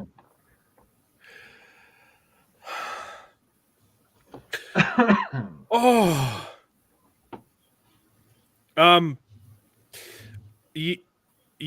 Yeah, it's really bad. You can watch. I was supposed to do the whole season, but it just broke my heart. I have a breakdown of the first episode of everything that's stupid in it. Watch that. It's the Willow is devoid of logic. Yep. It completely pisses on everything that made the first one great. I'll put in a little bit of defense still, in there that I liked a couple of things in it, but it was very CWE. I still could do it. I probably should, Yeah. because it's unavailable, but I still have the episodes on my computer that I screen grabbed so that I could do future episodes. I just got too busy and didn't finish. I kind of should, huh? I kind of should. Bad. It was definitely not Willow. Like, it was, yeah. Yeah. Okay. Back to Doctor Who. They admit that it sucks. While it wasn't great, Doctor Who also continued to highlight diversity in its guest cast and okay, but that doesn't make it good. Right. You know what makes for good representation? Good stories. Yep. And interesting characters. That Jodie Whittaker's companions are literally the most boring companions I have ever seen in any sense. The one of them that came up with this. It did start with Peter Capaldi, though. After Definitely. After Clara, sure. the one they had the black chick. I literally don't know her name. Her name is Bill. It's Bill? It's Bill. Oh, yeah. that's right. She was literally just like a carbon copy of the better version of her. From David Tennant. Now I can't remember her name. Martha? Martha, yeah. She was just a less good Martha. Yeah. Okay. But yeah, the Jodie Whittaker's companions are so boring, and they have like these character flaws or whatever that they intentionally put in there that they conveniently forget about until it's convenient for the plot, and then it's so stupid. Look, if you want diversity, write a good story. Yeah, because that'll make if you want representation, write a good story. Like nothing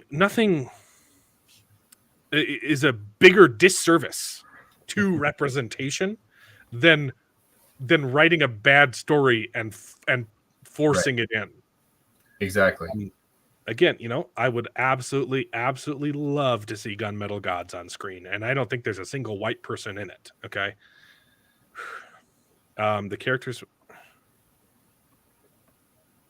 Who's Willie? Probably meant Re Willow. About Willow. Yeah. This is about Willow.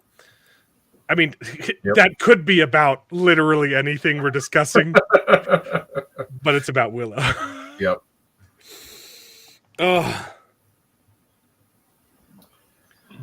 Yeah, Jared. Channel update. You haven't seen the new credits. If you create your channel, then I'll have to change our new credit video. I actually did. I saw them. I think it was last week I was here, and you did have the new. Okay, I'm just saying credits on that. Your channel name could be on that list. Okay. It could be. Like I said, as I said in there, I just need to get some stuff done on it. I realized I hadn't done that, even though I was planning on streaming this week, so I could do all of 2024. But yeah. Oh gosh, this is long, guys. We got to speed this up. Okay. Whitaker says vitriol from the trolls. Yeah, fine line. I don't want to read this because rage. It's just lies. Yeah, I'm sorry that. Look, criticism doesn't stop applying to you just because you're diverse. Yeah. That's not it. You don't get to say, "Oh, I can't be criticized." Well, actually, I mean that's kind of the point of this channel, though. So I don't know if I want to fight this too hard because I like being able to say you can't criticize me because I'm Mexican. I don't know. I'll leave that up to you guys. So you can still be criticized just because you're. It's not. We don't hate you because you're a woman. We hate it because it's bad. Okay. Bad faith. I don't want to read this. Okay, beyond Flux and the Timeless Child, just the worst stuff ever. Beyond the horrible stuff, the era marked a departure from the series. Yep. It's almost Composer like laugh. it was a different thing and people didn't like it. Oh, I'm sorry. They're not allowed to not like it because it's in bad faith. Only bad faith act. Yeah. They feel different. They're even saying the episodes felt different. What was? Oh my gosh! I'm speed Oh, reading. it's Okay. it's the pandemic's fault, guys. Go screw yourself. I'm sorry. Except that the pandemic helped a lot of shows because it meant that everyone was stuck at home What? watching stuff. Exactly, right? What the crap? Yeah. Oh my gosh. The pandemic's fault, right? Because the show wasn't already in the tank for ratings and numbers before the pandemic. You hadn't already BBC taken a couldn't find the money. 5 year. You hadn't already taken a 5-year sabbatical to write. They literally had like 2-year breaks between each season because they're so bad at writing. It was the BBC couldn't find the pandemic's money fault. to produce it, and it's because they weren't getting support. Nobody I'm wanted to getting watch it tired. anymore. The only budget episodes, blah blah blah. The last season of Doctor Who and successive specials stayed high quality. That is very debatable. Flux was a complete mess of a storyline. You know what they haven't talked about in this article? How any of this saved Doctor Who. Yeah. They're literally just saying, hey, Chibnall consistently almost got the show canceled, and then at the very end did get the show canceled. Doctor Who was canceled, guys. It does say up in that one where it's like, oh, it was down to that day, one hour. They were like, oh, maybe we'll do this, and changed it last second or something. But blah blah blah blah blah. Without the Chibnall era, fans don't get the 14th or 15th. We didn't want them. What? not what we got, you know. No, I don't know. we wanted a good but, 13th Doctor is what we wanted. Oh my gosh. What? This is just bull crap. This is absolutely coping. Yep. It would be this is upsetting. It would be silly to retcon the Flux and the Timeless Child, the thing everyone hated. Because Stephen Moffat embraced the foundation that Davies led. We have to keep this a bad story because it was connected to the foundation that came before it. Because the foundation was previously a good one. So you take down the building and you keep the foundation and you build a new building. You don't have to keep the same building and say, oh well, sucks that building wasn't what people wanted it to be. While you Davis can't change it because the foundation is good. No, you can change the building without changing the foundation. While Davis faces his own trollish criticism. Yep. Right, because the criticism of these specials is just trolling. He will likely reap the credit for fixing Doctor Who when he had the benefit of Disney's deep pockets. This article is just dripping with hatred. Yeah. It hasn't given any reason why Chris Chibnall and Jodie Whittaker's this guy is Doctor Who. Look, this is a lie. This is all and again, he hasn't given any evidence saying how Chris Chibnall saved it. He's only given evidence that proved Chris Chibnall got the show canceled.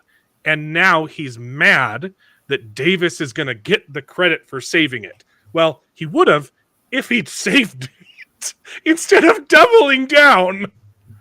I'm done with this. That is just retarded. Okay. Anything else to say? Do you guys want to read? I'm done. No, that's dumb. Wait. No, he admits it. One can make comparisons to Doctor Who and Star Trek. Oh, you mean the example that you provided as a counter argument? Yeah. Are you? Wait a minute. Are you saying that Star Trek is also woke, even though you use it as an example of the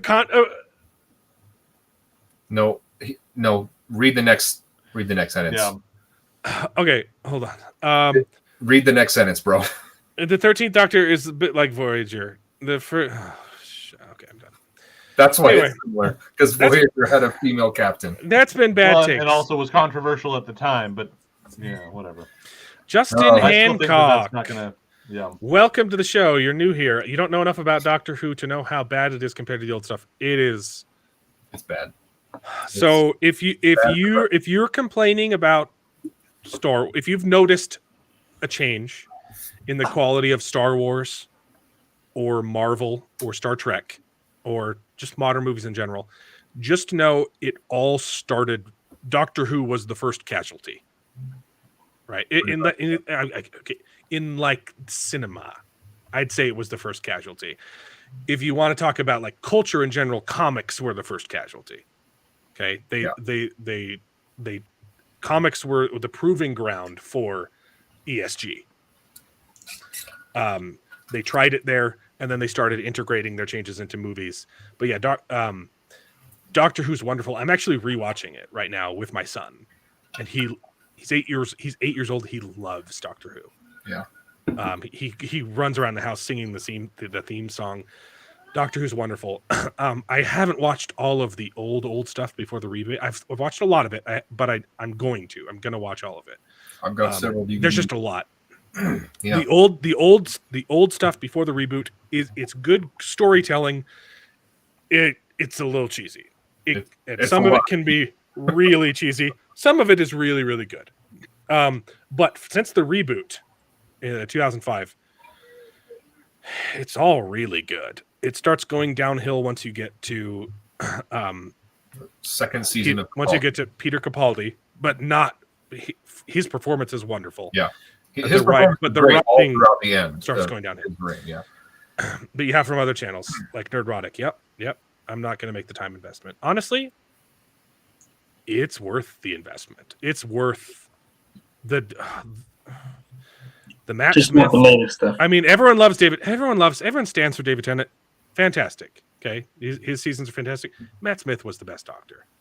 He was really good. Matt Smith 3 seasons, which I just finished. We just started Peter Capaldi. They are so freaking good. Yeah, they are. It's worth the investment. Watch through Matt Smith and you watch till he dies. If you want to keep going, know that there's a lot of filler, but Peter Capaldi is worth watching. You don't have to though, because they all die, right? So like you can de-invest at any point. Yeah. At the end of a Doctor's story, they die and they reincarnate into a new Doctor. You could stop, absolutely invest up to Matt Smith. If you enjoyed that, I agree. Finish with Peter Capaldi, and when he dies, just stop. But yeah, don't take the black pill. It is absolutely worth the investment. Start with the reboot, right? Or Tom Baker. If you're into older stuff, start with Tom Baker's Doctor. Wonderful stuff. It is absolutely worth the investment. Thank you for the $1.99. Tom Baker is wonderful. Remind me again with the lore, back especially when they started the reboot and from the old stuff. Technically, a Doctor was supposed to stop reincarnating after how many reincarnations? Was 12. it 13? Well, 12? It 12. Was. Yeah, it was never cemented into canon. It was always hinted at. There were always hints that, hey, he can only do this 12 times. Yeah, but then Matt Smith, when he dies, he gets a full new set of regenerations. So then all of that's thrown out the window with Jodie Whittaker. So and then Jodie Whittaker shows up, and you're like, wait, he's not a Time Lord at all. He's just a black girl. So that was the reason I was wondering, is because I was figuring, hey, if you go through that 12th to 13th Doctor or something like that and be like, cool, that's it, because up until about that time they were saying that's all that he could do anyway, and but is Smith 13 or is Smith 12? No. Smith is 11. Okay, but really 12. It's complicated. Okay. Fair enough. And Matt Smith is 11, and then there's a special where it turns out, hey, there was a secret reincarnation before the reboot, and so everyone moves up one number. Moves up one. Gotcha. Yeah. Uh-huh. And so Matt Smith was the 12th and final, but then there's a plot thing When that he dies, he happens gets where the- he the gets a whole new thing, yeah. set of regenerations. Yeah, so that sounds like a great place to stop. Is just after Matt Smith and be like, all right, cool. Good. Christopher Eccleston is the best Dr. Fight Me. I don't want to fight you because I want to agree. I think he could have been the best if he had more than one season. Yeah. And have you seen his comments? Did you see his comment on so he was on a panel with the actress who plays Rose, Billy Piper. Billy Piper. He was on a panel because they did like a audio drama together, something like that, right? Yeah. Someone asked him if he'd come back, and he said the only way I'll come back is if they fire Russell T. Davis and if they fire all the producers, then I'll come back. Oh, woo! I love Christopher Eccleston, and he is phenomenal in season 1. It's just that Matt Smith had more time to do more good stuff, and that's why I liked him. Yeah. I love. because Chris is the guy that did the Angel one, right? Blink that did Blink. No, that that's was Tennant. David Tennant. Yeah. But it was written by Stephen Moffat. Yeah. Who I've took seen, over is it when 2 or 3 episodes that David showed me. I've seen Blink and like 1 or 2 other ones. So that's all that I've seen. Yeah. Where did the little black girl come from? I don't know. They just found her. Yep. The new studio. Oh, you're talking about the foam, the padded walls that I had installed for legal reasons. No, yeah, I think that's what you're referring to.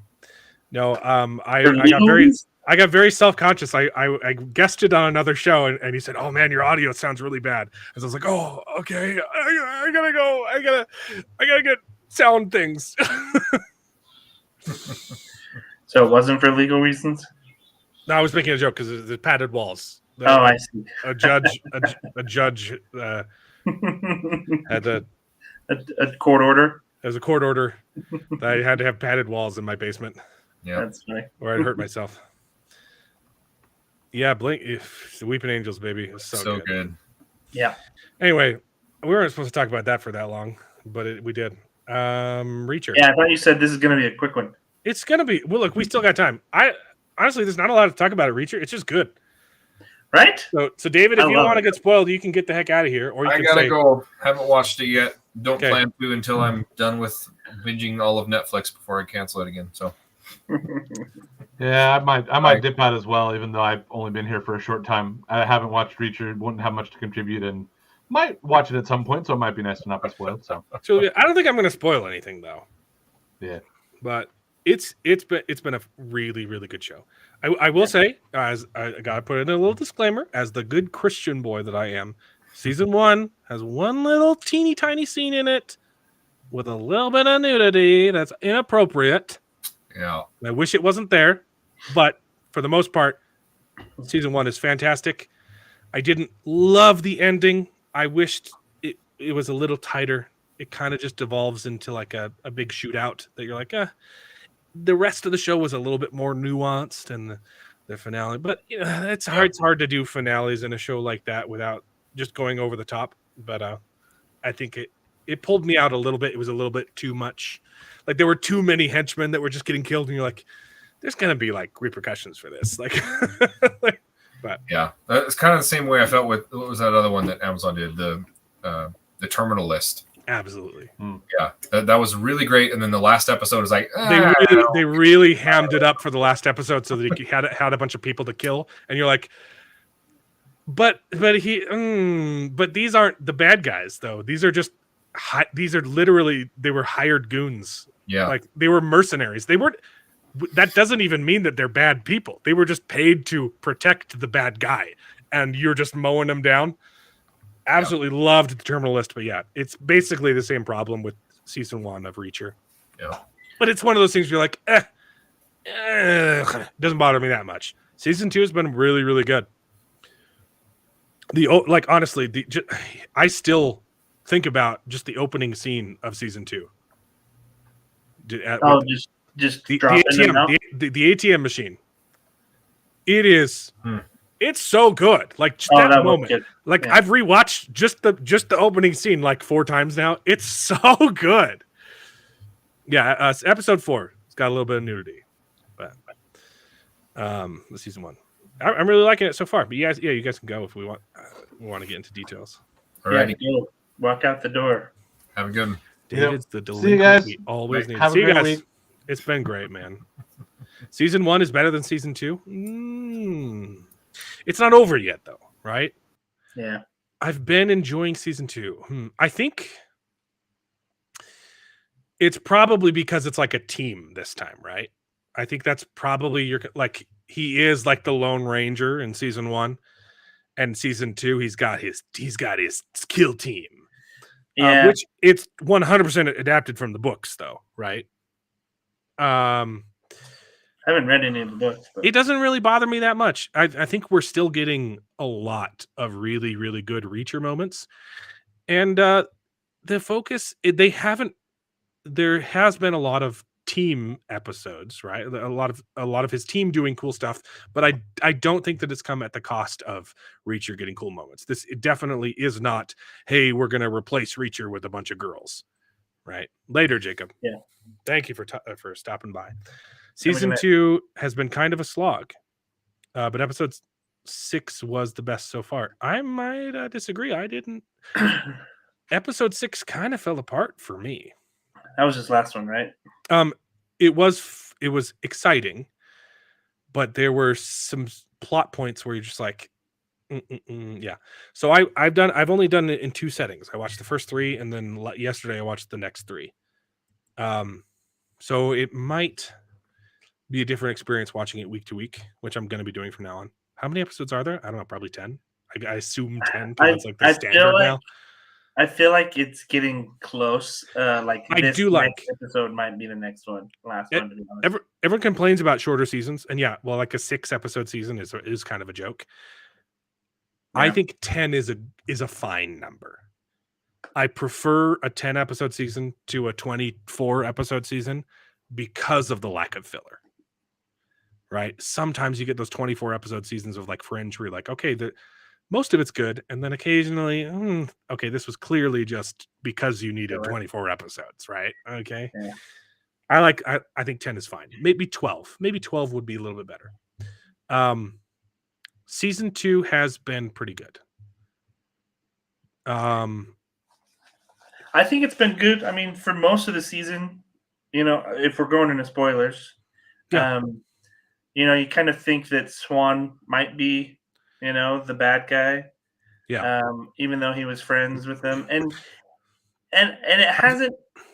Well, actually, I guess it kind of has answered that question with the in episode 6 specifically. Yeah. It's like no, I hired him. He's a good guy. Yeah. I've liked how they've had that ambiguity the whole season, saying like, oh, like, hey, is he good or is he bad? We don't know. It would be more effective if we'd like seen him, because like he's kind of just this ethereal figure. We don't even know if he's still alive. Yeah, because you only see him in the flashbacks every once in a while. Yeah, but I do like that he's had to like wrestle with his conscience and be like, hey, am I going to have to kill my friend? But yeah, episode 6 pretty much answers the question. No, he's one of the good guys, right? That's fine. I think the problems, I've really liked episode 2. I've really liked season 2. I think it's been quite a good ride, and I've liked the detectiveness, right? The way the team solves their mysteries. It's been pretty good, except for, and I think it was episode 6 where the dumb coffee shop moment where they're trying to solve the numbers. Like, hey, bring me the bill. Oh, yeah, sure. I'll tally up your bill for you. Tally. It's a tally. And I'm like, okay. And they kind of already had one of those moments this season too. And so like, it's a little cheesy. Yeah. Not enough to pull me out, but it's just a little bit of a groaner. But the problems I had with episode 6 were structure. It feels like they're moving pieces around from a book that didn't quite fit together, and they're kind of forcing them. There were just I really liked episode 6, but there were a couple moments in this last episode that pulled me out a little bit. Just plot wise, right? They were kind of teleporting back and forth really fast. Like they spend this whole time trying to find the lady, and then they realize, oh, she's on our team, and then the next scene they're all the way back in Boston or wherever they were with the police guy, and then in the next scene they're all the way back where she was, and then they'd like teleport. Yeah, but I guess it was probably explained that that's where they ended up, and so they weren't teleporting. It just felt like they were moving big distances, and then they literally like in the car chase they move from one area to the other, and you're like, but how did they get here? I don't know how far apart they were. It was never really established how far apart they were. So it's fine. I agree. That was definitely something that came up too when I was like, wait, where? I mean, but it never really established where they were in the first place. Like, and where that's the problem. If they said, hey, no, we were close by, and so we can do this teleporting, in a way, so it won't feel. But because they didn't establish it, it felt like they were teleporting because they spent the entire episode trying to find the lady, and then once they do, they go boop boop boop boop boop boop boop boop boop like 4 times, and you're like, what's going on? But the worst part for me was, I mean, there were really good scenes. It was fun, and then you get Reacher by himself, and this team goes away, and Reacher takes out the team. The purpose of the bad guy being there was he wanted to take out Reacher, right? Once he found out Reacher was there, it's like, oh, it's a setup, but we're going to use it because we want to fight. We want to kill Reacher. We want to take out this threat. And then Reacher takes out all of his guards, and it's just the guy, and he says, okay, I have the upper ground. You're going to have to get past me to get out of here. And then the helicopter shows up and reverses it. That's great. Great moment. Oh, I thought I had the upper hand, and now I'm the one on the run. And then the bad guy gets into his helicopter and starts flying away on his helicopter, and you literally have a guy like on a machine gun. And instead of using his advantage to, I don't know, kill Reacher, who's just standing there because he has the high ground and 2 machine guns he could use to take out a guy with a pistol and not a lot of bullets left, he runs away, and Reacher leaves his cover to walk out into the open with a pistol shooting at the helicopter while the machine gun is shooting. Like, literally all they would have had to do is turn around and kill Reacher. And I'm like, I get they were doing it for dramatic. It looked cool seeing Reacher go rah, rah, rah, rah, rah, but it didn't make any sense. I agree. I thought the same thing because well, because because literally as it like drops down and then he gets in, then they just forget to shoot, right? Like he should be laying down cover still, right? As Reacher's coming out, and they just stopped shooting, and I was like, oh, okay, so he's good. He's good now that he's in the helicopter. Like, so it's only 4 hours between the 2 locations, pending traffic. That's the thing. There were no cars on the road, so they could have gotten there a whole lot faster. I always hate that when they have a car chase they have a car chase in New York City and there's no traffic, and you're like, what is going on? You're like, they can't weave through traffic. There was like no one on the roads, and I'm like, come on, guys, are you crazy? The city that never sleeps. But it was still fun. Plot armor, yeah, I know. It looked, again, it was a cool character moment. Didn't make a lot of sense moment. So I didn't love. There have been a lot of those, and so that's what's been good about it. Is that man, there's so much to like. There's so much. I love that they've really, really balanced the fine line of getting one-liners in that aren't cheesy. Right? Because you like oh man, that's cool. But it's really, really easy to go, oh man, that's stupid, Yeah. Or it's like either cool or stupid, and it's a really, really thin tightrope, right? Yeah. But there have been some good ones. There have been some really, really good zingers, right? There was the nod to season 1 with the I'm gonna do this and give me a Clark bar, right? Because she like writes her number on the Clark bar at the end of it, right? And there's the best. The opening scene is so good, but my favorite line was when he gets the guy on the phone. It's like, oh, look, I have access to. I can get you anything you want. What do you want? I think I want to throw you out of a helicopter. Like, yeah, it's so good. It's so good. It's a good show. What do you want? Okay, I want you dead. I would literally, when he gives the line, I was like, I want my father back, you son of a bitch. Say it. And I was like, okay, no, that's good. Throw you out of a helicopter. That's good. Yeah, it was well done. It was a good. Now I need to go watch The Princess Bride though. So That's a classic. Promise me anything. Times over and over. Yeah, I've enjoyed it. Definitely recommend it. The second season has it hasn't had any nudity, which is a good plus. Yeah, no, and there's been intimate. You can tell they're like, hey, maybe we should cater to people who watch the show and not to weirdos, because they've definitely had opportunities, lots of opportunities for nudity in season 2, and there's no boobies. They didn't show any. It's a good Christian show. Yeah. Yeah, it's been good. Oh yeah. That was the other one. That's what are we gonna do? Hey, don't do any cowboy crap. What are we gonna do? Saddle up, boys. We're about to do some cowboy. It's good. And it's really good. I really like the relationship between him and the cop, where the whole time he's like calling him a dirty cop, and he's just like, "I'm not a freaking dirty cop," It's good. I think I could see that. I think they killed his character way too soon. I know. I was like, they're gonna kill it. Yeah, he was obviously gonna. As soon as they're like, okay, they're killing him off. It happened way too soon. I think it, and that it wasn't. It was the logistics of this episode that kind of pulled me out of it, right? And you even had the guy, right? He kills 2 of them, and then the guy teleports behind the girl. Right, and then gets run over by the car, and it's just too convenient, just too many conveniences. And I haven't read the book, but it felt to me like they were taking elements from the book, but they, because of a TV show, you gotta end on a cliffhanger or a big moment every time, or people are gonna, you have to restructure books. That's the nature of adaptation.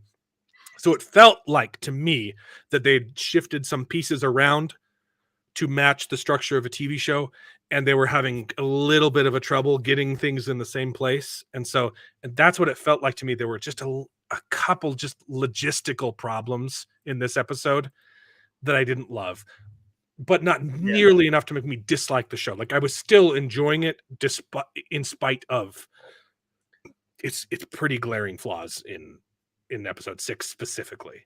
I would agree with that. And the episode before, it was either 4 or 5, the shootout in the cemetery.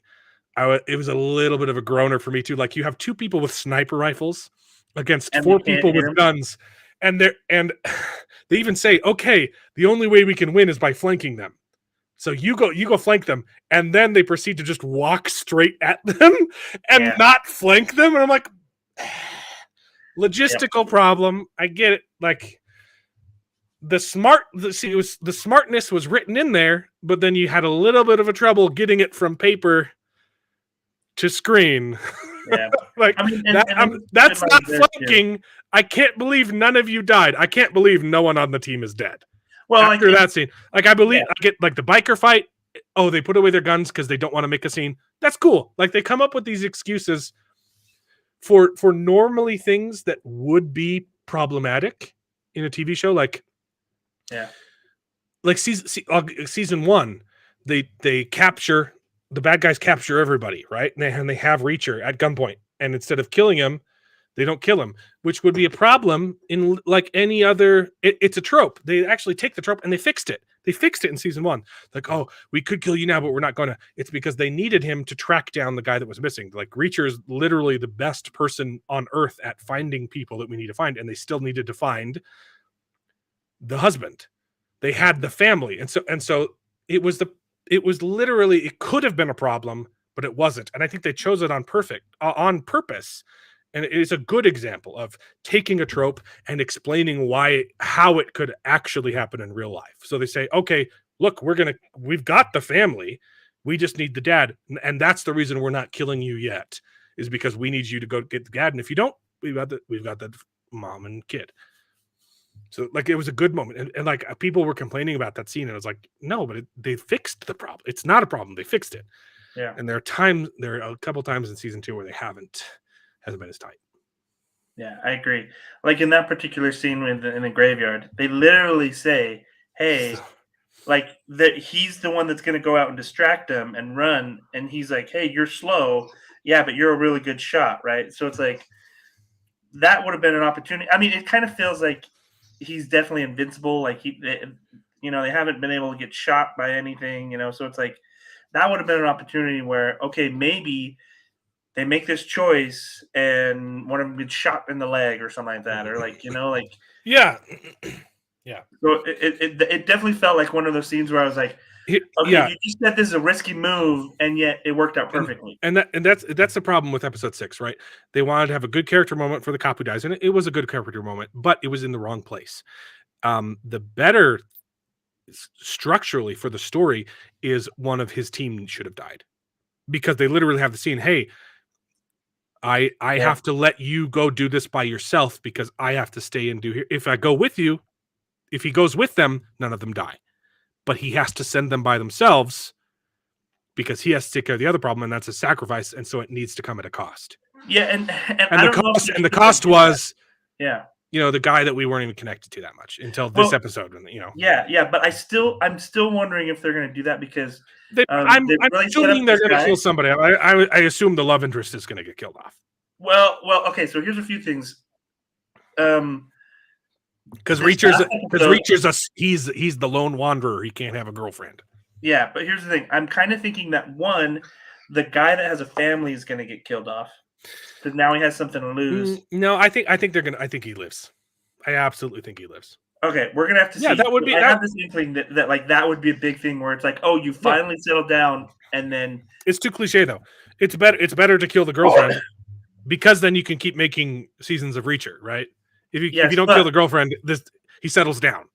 But here's my thing with the girlfriend is I'm kind of thinking that she might actually she's the mole. Yeah, I've thought that a couple times. Right? Logistically, it wouldn't make a lot of sense after this episode, but or when she's literally getting shot at, in the it's fine. I know, and that's the thing. It's a possibility. I don't think it's the case. There was just one thing where I think it was at the beginning of the episode where it showed her, and I was like, oh, she could be the one that's working with them. There's planting evidence. Find out, hey, it's not. She does have a corporate background. Yeah, right. And so I'm like, she's the one that's making a lot of money, is rich, and she just happened to show up and find them and be like, oh yeah, I found you guys. I knew you guys did this and then this, and then I got a rental car and I found you guys. See, and I think the show is better than this. I don't think he dies because he has a family. You think he's going to die because he has a family, and I think that's the reason that he lives. See, I don't know. But yeah. So because I'm going to find the show's. That's the thing. The show's not nihilistic. Yeah, you want to have good moments, and that's why they kill off the policeman protecting the girl. Wonderful, great, and he honors his dad, who also refused to take bribes and good moment. But yeah, I think I know. The dad lives. Dad lives, and that would be great. That would be great. Dad lives, girl dies. Have that. And maybe it's because of those past cliche moments where that normally happens. But it's like, it happens all the time.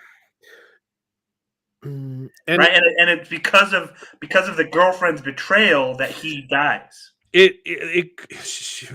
I keep going back and forth on whether or not she's the mole, but I just remembered something that is a selling point for that, because she has the conversation with him. Hey, it's been a recurring theme the whole season. Are you going to be able to kill someone who was on your team? Yeah, right. And now it's been confirmed, hey, you're not going to need to do that. Okay. Yeah. No. But she's like, hey, I would do it. It's been confirmed. Exactly. She's the one that says to him, yeah, I'll do it for you. I'll be the one to take him out, which initially read as a sweet, sympathetic, sweet scene. But now, if we know that he's not the bad guy and she might be, look at that scene again. Yeah, I will take him out before you can find out that it's me. Yeah. Right. So that's the thing. There's little things like that where I was like, just at the first and the first. So it's gonna be, she's gonna be the traitor, and he has to take her out because that completes both setups. Yep. Exactly. That's how you do it. So that's where I'm like, I think it might be something like that. And the thing is, too, I don't know what it was. Maybe it was just the look, but like when it transitioned, because it had her at the first, and then it transitioned to the flashback, and it had her, and she was like, she looked smug. She looked really smug and like devious, and I was like, oh, she's into some dirty stuff right there. She's And also then I think- wait. She's also the one that brought it up. well, but I think she might. Well, have also been- no. Like she brought up the flashback. She's like, "Hey, I know Yeah. that you don't Oh, think yeah. he's dirty, but remember that one time where we thought Yep. he could have been dirty, and then in the flashback, you're like, well, maybe it was her. Yeah, Yeah. it's her. Well, She's and the dirty. the thing is, too, She's is- dirty, and that's why she's banging him so hard because she's like, oh man, I gotta seduce him with my with and we in that particular one- have to have relations, and I won't take off my bra. can't go that far. I mean, can't get too personal. Look, I'm glad. It's still funny though. It's still funny. But yeah, also in that flashback, right? Like that's the flashback where she's looking devious, Mhm. where he comes in and be like, "Oh, sorry, we're cutting it. Like we're cutting the program." Right, and I'm like, ooh, like the connections between the Oh yeah. No, I think it's pretty solid. There's too many. Yeah. right. So I'm like, It's- okay, I think Yeah. think that, And we figured it out. but I need a gavel. Here we go. Court is adjourned. Court is adjourned. Sexy lady's dirty. Right? Yeah, What's her name? I don't know any of I these don't people's even know. names. That's not why we watch the show. No. I was here definitely worried that Amazon would get involved after the success of season 1 and start throwing in their ESG, which some people might argue is what this season is, because they replaced Reacher with a bunch of girls. It really doesn't feel like if you were doing that, you would put the focus on them and not him.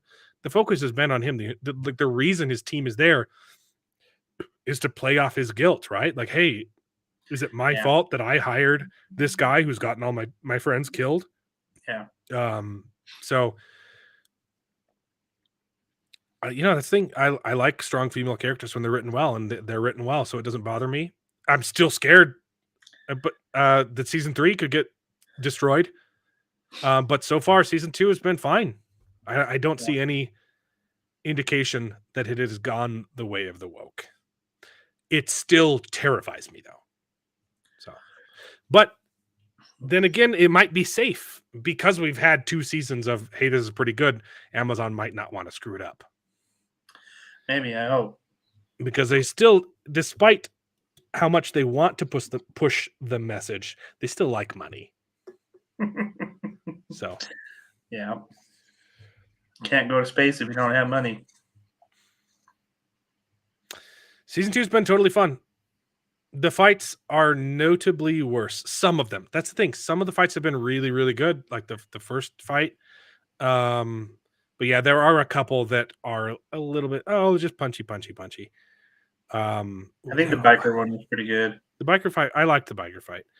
But yeah, the shootout in the graveyard was like, what is this? The car chase was fun. What was the other big fight scene? There were some real good moments though. Like I love the cowboy crap, right? Just ramming a car into the building and then steal. It's fun. And he gets in trouble for it. I told you not to do that. It was their car. I was just returning it. Like, oh. I know. Well, that's what makes it so great. So is like he knows he's a dick, right? Like, yeah. And like even Jacob Ironside's comment about where they're throwing people out of the helicopter and the guy's laughing. He's like, "Hey, what are you laughing about?" He's like, "I'm just thinking about what the big guy's gonna do to you." Good. Yeah, there's some good lines. Yeah, good one-liners. I do agree. Some of the fights have been a little bit worse. Still a good show. Yep. Still worth watching. Absolutely. Anyway, I hope it seems like it's finishing up, but I would like more episodes. But it does seem like it's finishing up. Like, honestly, I thought 6 might have been this finale, and then it. No, I knew the bad guy was getting away. I didn't. The moment where Reacher is, taking out his bodyguards, felt so. And we talked about Splinter Cell last week. I was like, this is Oh, really? a video game where like he finds a really good spot and keeps luring, because they literally just go in one at a time, Yeah. and he keeps getting him. And I was like, Well, this is a video game. Like and this what's is great too, when funny. the third guy saw him, he was like, "I'm not going in there," and then he gets pulled underneath. It was a fun moment, but I was like, yeah, it's for the sake of cool, right? Like it's not the most realistic moment ever, but it's kind of like it's a fun one. You're like, Yeah. this I is enjoyed like that. this is exactly like when you're playing a video game, a stealth video game, and you Yep. find just a really good spot that you can cheese, and you keep knocking out guards and then dragging their bodies in, and then you just do the same thing again. Yeah. It was Or fun. Assassin's Creed, I do that all the time too. Just hide in the grass and just whistle them over. Yeah, it is very nice that the girls aren't OP. They're creative in their fights, and like specifically in the biker fight scene, like you see the women get overpowered. Like they're like, I can't compete with the brute strength, and so she finds something sharp and pokes the guy's eye out. Right? It's like it's good. It's good stuff. Yeah. But I yeah, agree. but there have been a couple of moments like that, where like the girl's life has legitimately been in danger. Where like maybe they're not, but it just thematically makes no sense. It makes sense that she's the traitor. Right. I just hope it doesn't. Thinking back, okay, if she's the bad guy the whole time, does it create plot holes? Where like is this the Frozen moment where the bad guy is in a scene by himself smiling at a butterfly? Right? Does the twist break it? I don't think it does. There's the biker fight where she's legitimately in danger. Like she got wounded, she got stabbed in that fight, didn't she, or something like that? She hurt her leg. Yeah. No, it was the other girl. It was the other girl. It was the black chick. No, one of them gets shot up here, and I think that was her, or stabbed. Because I think she had it in that last scene.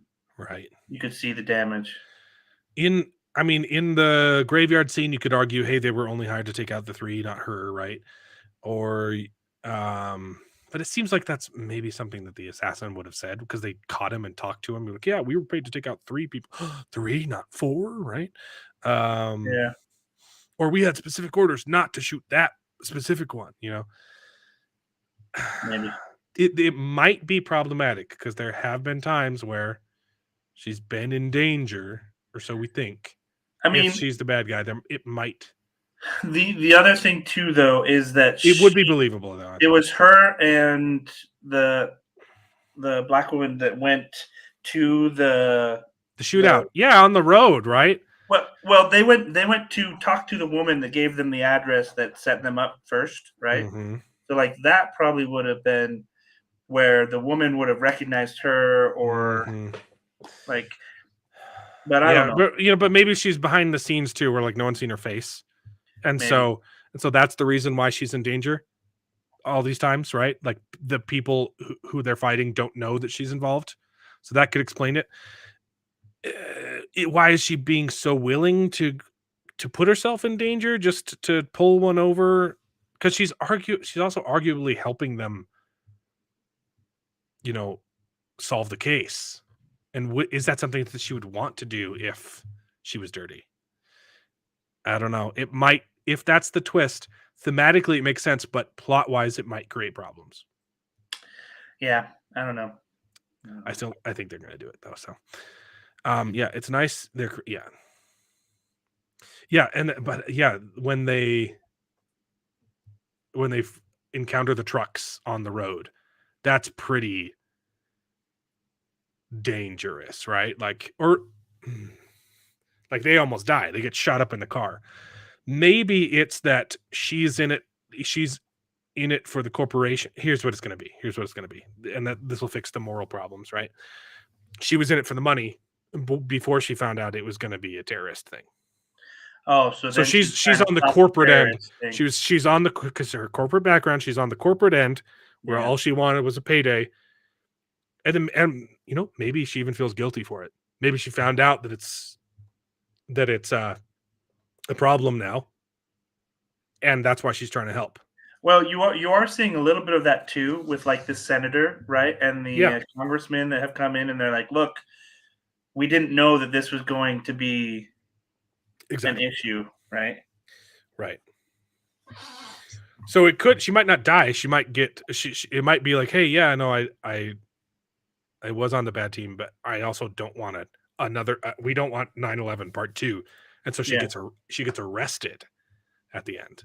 Maybe something like that, yeah. But then it wouldn't be as satisfying for hey, would you be able to take out someone on your own team? Are you going to be able to take out? Well, but maybe it'll say, hey, you don't always have to do that, right? Like it doesn't always come down to killing, right? Like maybe they could be like, it's Reacher. What are you talking? It always comes down to killing.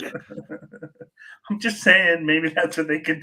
Maybe they. I don't want none of that sissy crap at the end of my. I don't want any feel goods at the end of my season. It's true. He hasn't really ever had a problem with that. So, anyway, I'm definitely excited. Hope it doesn't fall apart at the end. I don't think it will, but it's Amazon, so who knows? Anyway, I think that's it. Next week. I'm really sorry. I don't know how many episodes are they dropping it all at once? That was initially the plan, to just pump it out instead of a weekly release. This is on Netflix, right? No, it's Disney. Oh, Disney Plus. That's right, Disney. It's Echo. Yeah, Echo. I'm very sorry, but I'm watching episode 1 of Echo, and that's what we're talking about next week. It's all one dump. I know that was originally planned. It might have changed, but that's only like 5 episodes too, right? Like it's super short. Okay. Anyway, that's next week. Also, Reacher episode 7, and I think that's it. There's something else coming soon, but we'll talk about that next week. Yeah.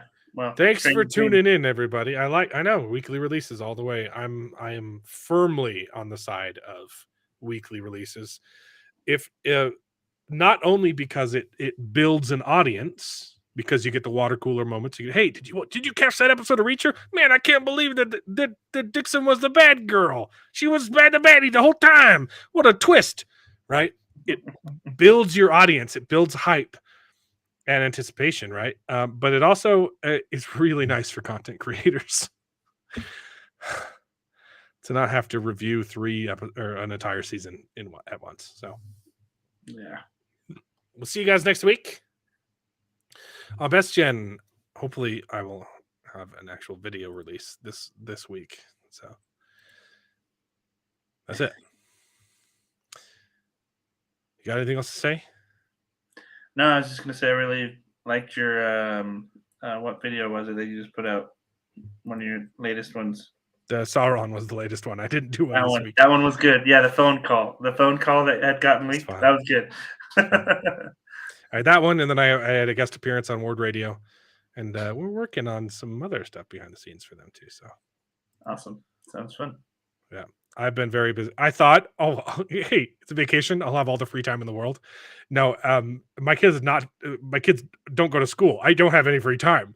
I need them to go to school so I can make videos. This was the most busiest I've ever been. We were playing outside and going sledding and had cousins or neighbors playing at my house every day. I can't wait for school to start again. I want to get rid of my kids. See you guys next week. Bye. And now it is time to say goodbye. We had a great conversation. It's been fun. But all good things must come to an end, and the goodest ending I can think of is... right now, this moment, this night. So I guess we just say goodbye. So, goodbye. Toodaloo. Au revoir. Auf Wiedersehen. Ciao. Ding dao day. But come back next week for more outrageous bloopers. This is the end. Well, there's only one thing left to do. I'm gonna go home and sleep with my wife.